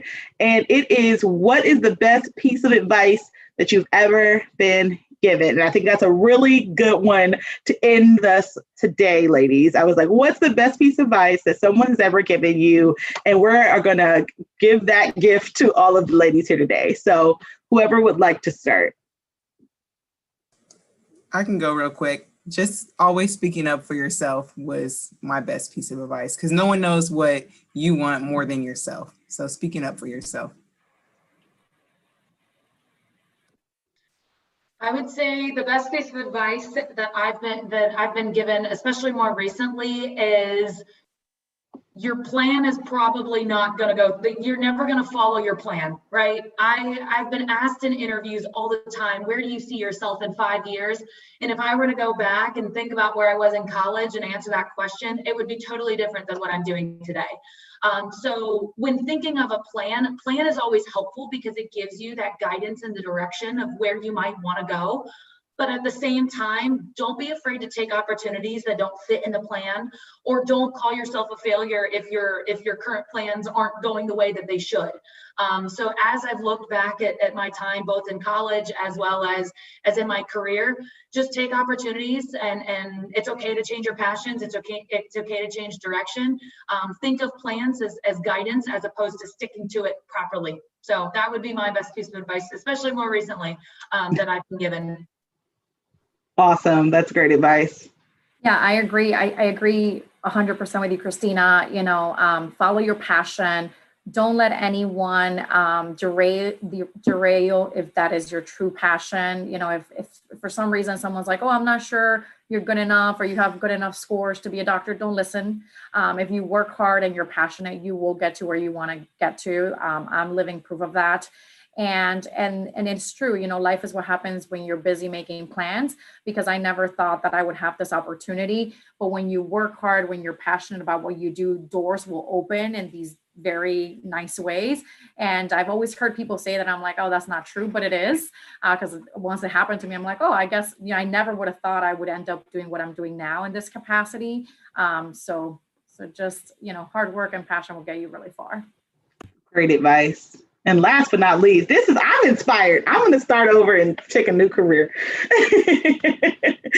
Yeah, I don't have much to add on top of all those wonderful pieces of advice, because they've all been given to me. And I agree with absolutely one of them, especially the one about you can make a plan, but don't expect it to go as you had hoped, right? Life's going to throw you lots of good and bad curveballs. So be prepared to pivot. And I'd say the one thing we didn't get to talk about today, piece of advice, is that you can be a mother and have a family and have a career. It takes a lot of hard work and dedication, but if that's your passion, you can do it. You have to keep your health up. You have to stay organized, but you can do it. So we didn't get opportunity to talk about that today, but I think that was a piece of advice that I really took to heart too. So thank you so much. And I'm glad you were able to mention that. Ladies, you know what to do. You're already flooding the timeline with the thank yous. Thank you, thank you, thank you. These are like the best ladies ever. We're just going to do this more often because they have been engaging in this chat. And thank you for saying thank you to all of our amazing panelists today. These ladies have to go back to running this amazing world because we already know girls from the world. We already know that. So they have to keep doing that. So thank you all for being on our panel today and have a heart healthy day. Talk soon.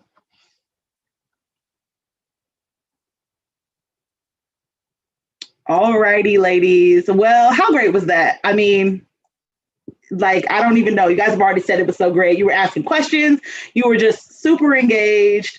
I'm just so proud to be in this virtual space with all of you today. So right now, we are going to take another break, and I will see you back in 5 minutes.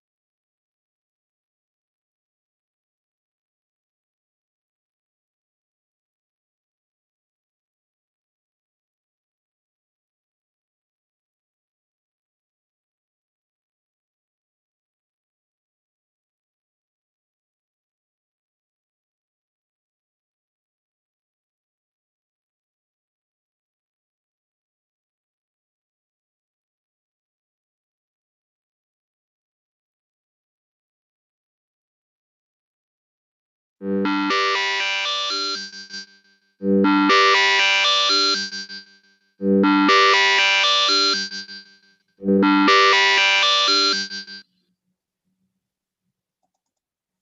right, ladies, we're back.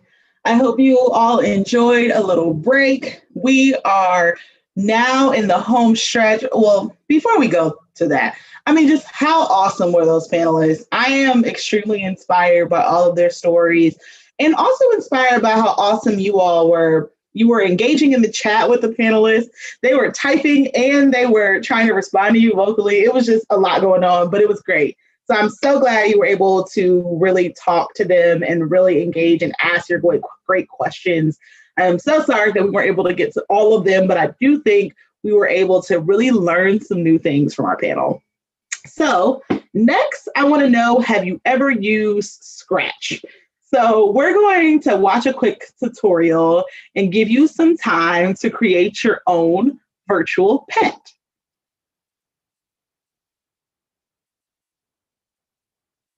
Hi everyone, it's Zoe from the Scratch team, also known as Zinnia. Today I wanted to show you how to make a virtual pet in Scratch. A pet you can interact with, take care of, give food to. In this tutorial, I'll show you how to make a virtual pet simulator where you can introduce your pet, animate your pet, feed your pet, and keep track of how hungry your pet is. Let's get started. So first, let's pick a pet and introduce it. You could draw your own pet, you could upload an image, or you could pick one of the characters we have in Scratch by clicking this button that says Choose a Sprite. You could pick any pet you want. You could have a pet dragon, or a pet rock, or a pet dog. I will have a pet hedgehog. And let's also choose a backdrop. It can be anywhere you want. I will pick the garden rock. So to introduce our pet, let's have our pet say something. In the looks category, you can drag out a say block and write something for your pet to say. And it would be nice if it did this whenever we click the green flag, so we can add a when green flag clicked block on top. Nice. Next, let's animate our pet so that it can do a little animation like this. To animate a character in Scratch, you can make it switch between different poses with this switch costume block. So if I drag out 2 switch costume blocks and pick different poses, I can make it animate between them. Let's connect these blocks by adding a wait block in between. I'll have it wait 0.2 seconds. Nice. It would be cool if we could get it to repeat this animation, and in Scratch that's really easy. Just use a repeat loop. I'll make this repeat 2 times. Okay, it repeated, but it looked a little glitchy because it needs to wait after it switches to this costume too. So let's add another wait block. Almost done with our animation. To finish it off, let's also make it play a sound. You can just go to the Sounds tab and click the Choose a Sound button and then pick whatever sound you want. To make it play the sound, we just need to add a Start Sound block on top. Nice. And let's also add a When this sprite clicked block, so that we can make it play this animation every time we click the sprite. There we go. Now you've animated your pet.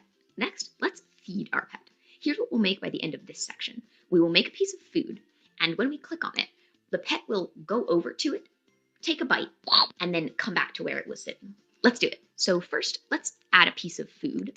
I'll add an apple. Let's drag out a When this sprite clicked block, because we want to click on the apple and make the hedgehog come over to it. Now, how do we tell the hedgehog to come over to the apple? There's a really easy way to do that in Scratch, which is with a broadcast. A broadcast is like an invisible message that one sprite sends out, and you can make another sprite do something specific when it gets that broadcast. So let's make the apple broadcast this invisible message to the world that will mean that it's time for the hedgehog to eat. And let's call that message food. And now, to make the hedgehog respond to that message, we can click on the hedgehog, and you see this block, When I receive food. We can give it this block just to check if it's working. I'll have it say something when it gets the broadcast. Okay, nice. We can click on the apple, it sends out the broadcast, and the hedgehog receives it. But we don't actually want the hedgehog to say something when it gets the broadcast. We want it to go over to the apple. We can make it glide over to the apple by dragging out this block that says glide to random position and just choosing apple. Nice, it glides right to it. Now let's make it glide back to the position where it was sitting. To do that, we can use this block. In Scratch, if you want to make your sprite go to a certain position, you can tell it to go to a certain number X and a certain number Y. If you don't know what X and Y are, X represents how far your sprite is from this side of the screen to this side of the screen. You can see the X and Y that your sprite is at right here. So over here, X is really big, like 240. And if you bring it this way, X is a little lower, like 100. X is 0 if you're in the middle of the screen. And if you go over here, X gets lower than 0 and becomes a negative number, like negative 100. And then Y represents how high up your sprite is. Like if you're up here, Y is 180, and Y is 0 if you're in the middle. And if you go below the middle of the screen, Y is a negative number. Now, here's a handy trick for having your sprite glide to the X and Y that you want. I'll drag my sprite to where I want it to glide to.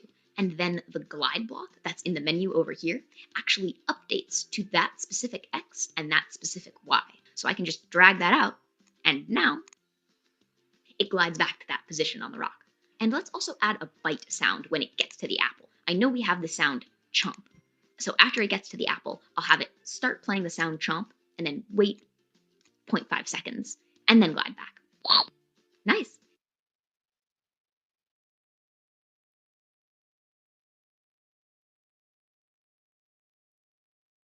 All right, so we watched the tutorial. I didn't really take notes, but I was like trying to pay attention. So I think I got it. I don't think I'm going to make a hedgehog though. I'm going to figure out what I want to make. So you all will have 15 minutes to create your own virtual pet. So we may not be able to get it done and do all the animations in that time, but you can definitely bookmark the site and go from there. So let us know in the chat box what you choose for your pet and the pet snack. And I don't know what I'm going to do. Maybe, well, my name's Angelica, so I'm going to do maybe like a jellyfish.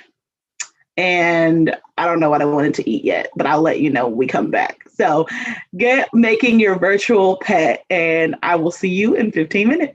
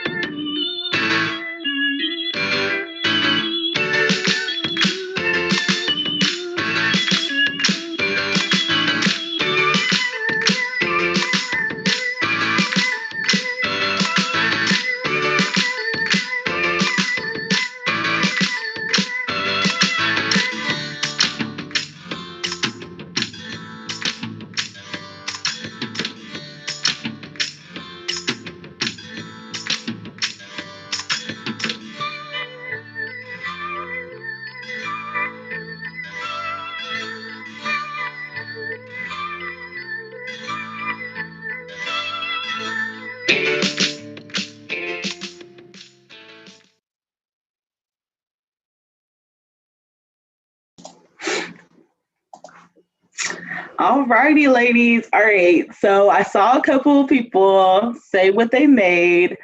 My jellyfish ended up eating a taco. It was a little choppy though. It wasn't seamless. So I have to figure that out. I need to go back and change some things. I think I didn't add enough time between like the walking or the gliding, I guess. So some people made a hippo. Someone else ate a taco too. Someone had a chick that eats a donut, a dino eating a taco, a rabbit eating jam, somebody eating a strawberry. Perfect, ladies. We'll definitely take that back, and please feel free to use Scratch if you have not already before to do those fun activities. So, all right. So that was awesome, and I'm glad you got to be able. Oh, I forgot to say, you should share it on social media. Duh.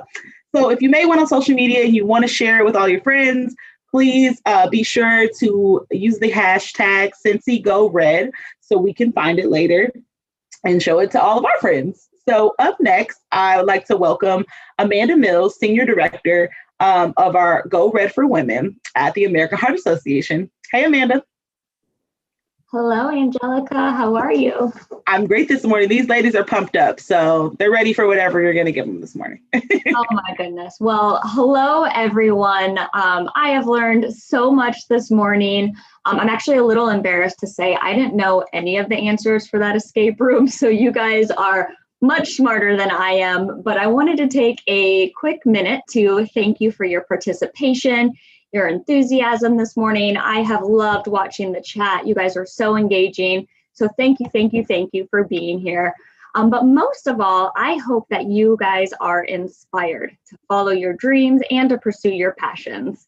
I don't know about you, but one of my favorite parts of the morning so far was listening to that amazing panel of women sharing about the different career options in STEM. But did you know that women occupy nearly half of all US jobs, but only 25% in STEM fields?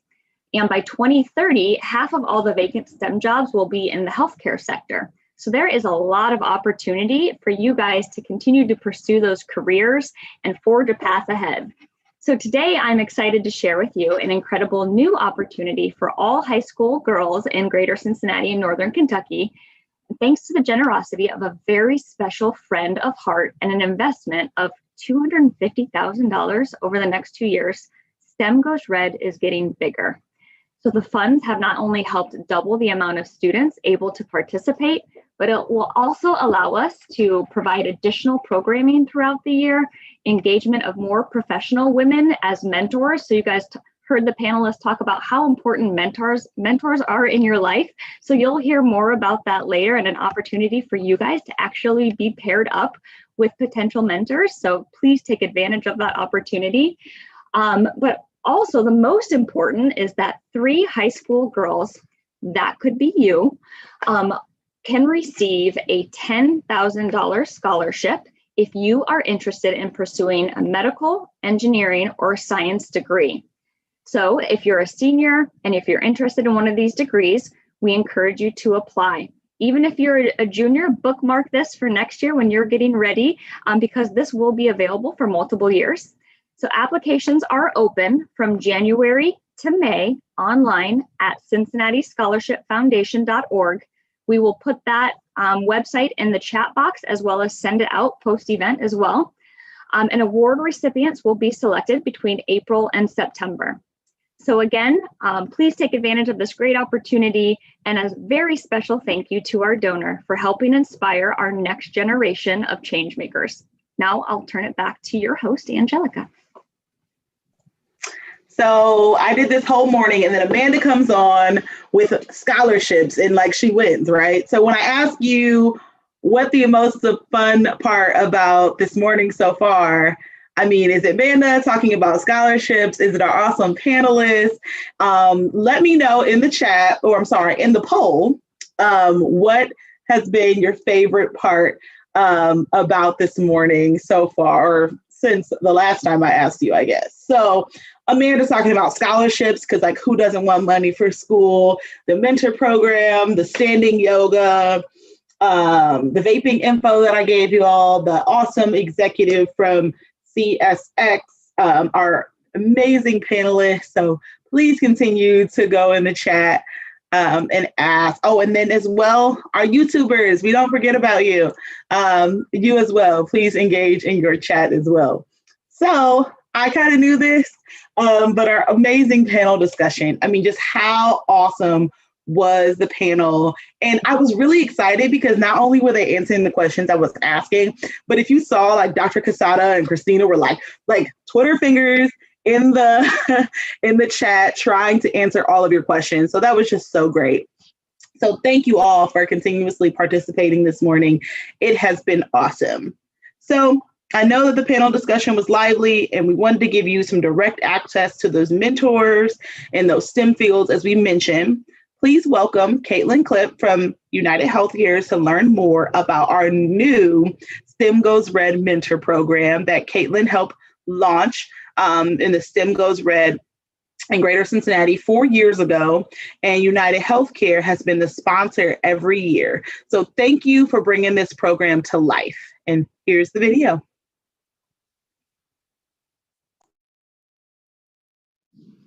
Good morning.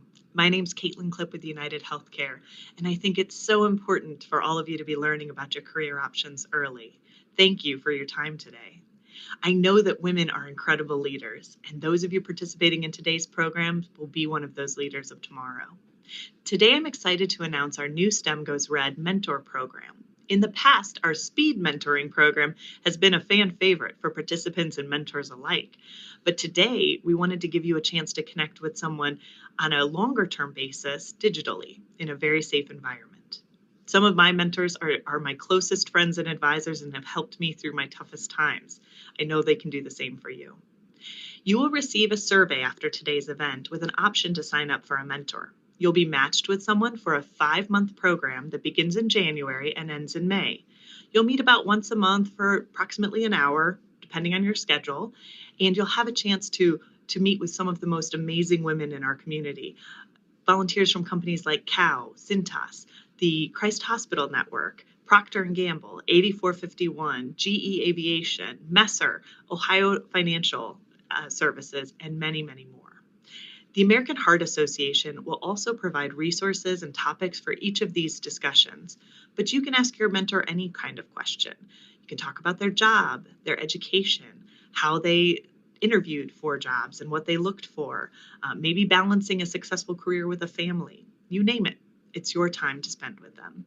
They are volunteering their time to help you reach your true potential. I'm so proud to be a part of sponsoring this program and hope you will take advantage of it. I wish I'd had something like this when I was growing up. Be on the lookout for that survey and have a wonderful day.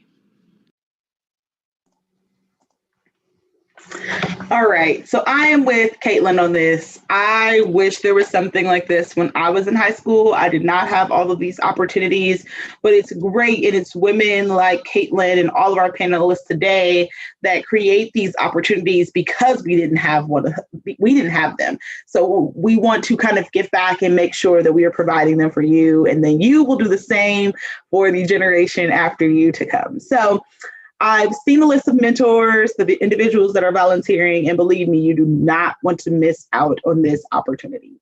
It is definitely going to be a great experience. Okay, so we have packed a lot into today's event. I hope you've learned something new and know the importance of taking care of your heart health starting now, if you have not already done so. So before we get to the door prizes, let's take a minute to recap.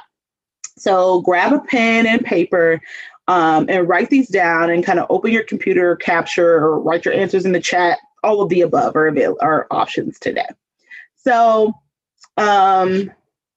let's start with the questions. I know you guys have been engaging all morning with me, so let's keep that same energy as we wrap up today.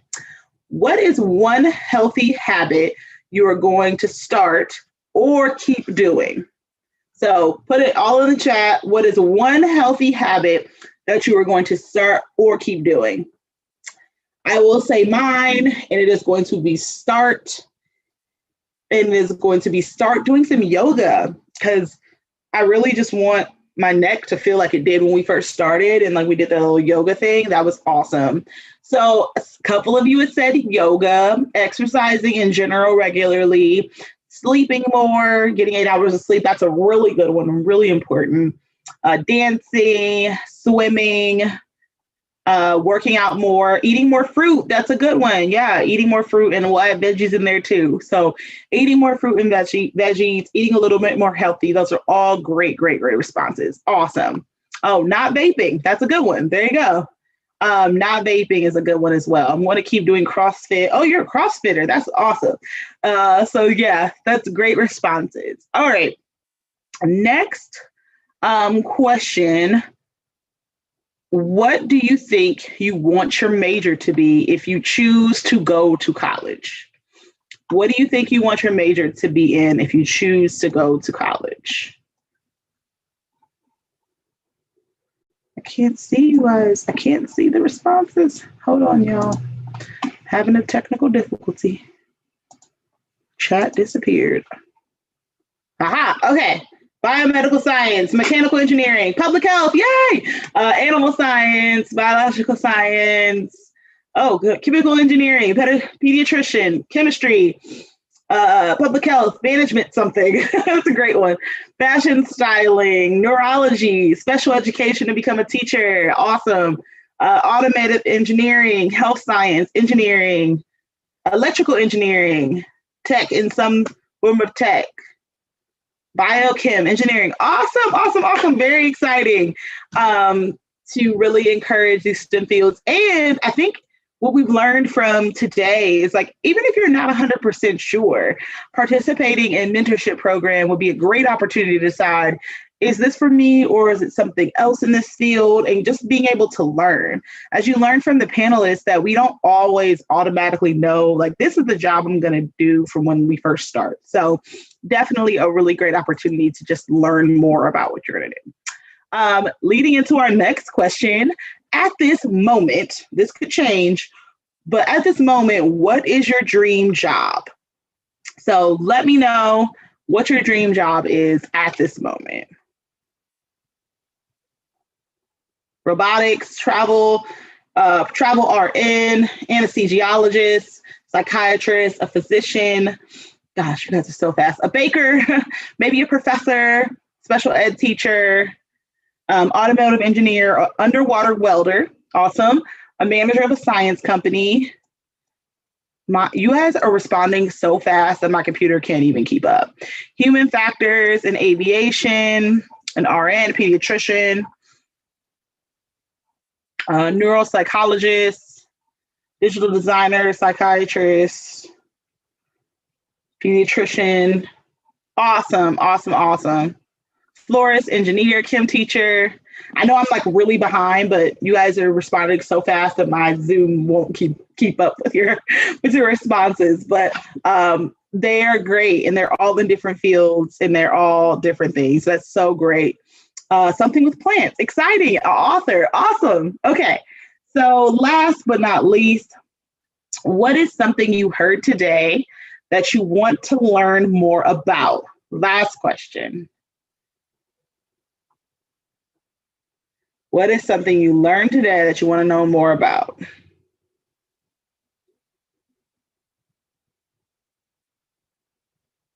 Okay, co-ops, jobs in public health, cardiology, study abroad, internships, co-ops, mentor program, internships, STEM, scholarships, public health, study abroad, colleges, combining fields, yoga, awesome, yoga. We do have some yoga videos on our AHA website in that series. So definitely look out for more yoga. And there's definitely tons of yoga resources out there too. So that's the fun one. Mentorship, scholarships, all that. So you will be getting all of that information in your follow-up email for participating today. So definitely look forward to seeing all of you participating in that. All right. So the moment you've all been waiting for, we have had a great morning. And now we're going to get to our door prizes, but not without saying thank you one more time to our amazing, amazing sponsors of today, the Christ Hospital Health Network, Kroger Health, Cal Brand or Cal, United Healthcare, 8451, and Messer. Thank all of them for being so gracious for sponsoring today's event, a virtual 2021 experience. So without further ado, I am going to get to the door prizes. All right. So while you give me your last thank you, we have a wheel of names, as you can see. And it is, randomly, obviously it's randomly, it's kind of making me dizzy, so I'm going to stop looking at it. But okay, we're giving away 3 $50 Amazon gift cards today. Now, who doesn't love shopping on Amazon? I probably do a little bit more than I should, but it's fine. Today, the three of you are going to get Amazon gift cards. So if your name is, if we draw your name, be on the lookout for an email from us, and we will need to get your address to get you your prize. So you can use this gift card to do anything. You can buy some heart health goodies. You can buy some snacks. You can do whatever you want, obviously, because it's your $50 Amazon gift card. So it is time to call the first winner. Okay, I really can't look at that. It's really making me dizzy. Looking at the computer screen for too long. Does that say Elise? Yay! All right. Okay, yeah, don't lose hope. Don't lose hope. There's 2 more. So at least I think you have to put your email, or they'll send you an email to see if you're still on here. All right.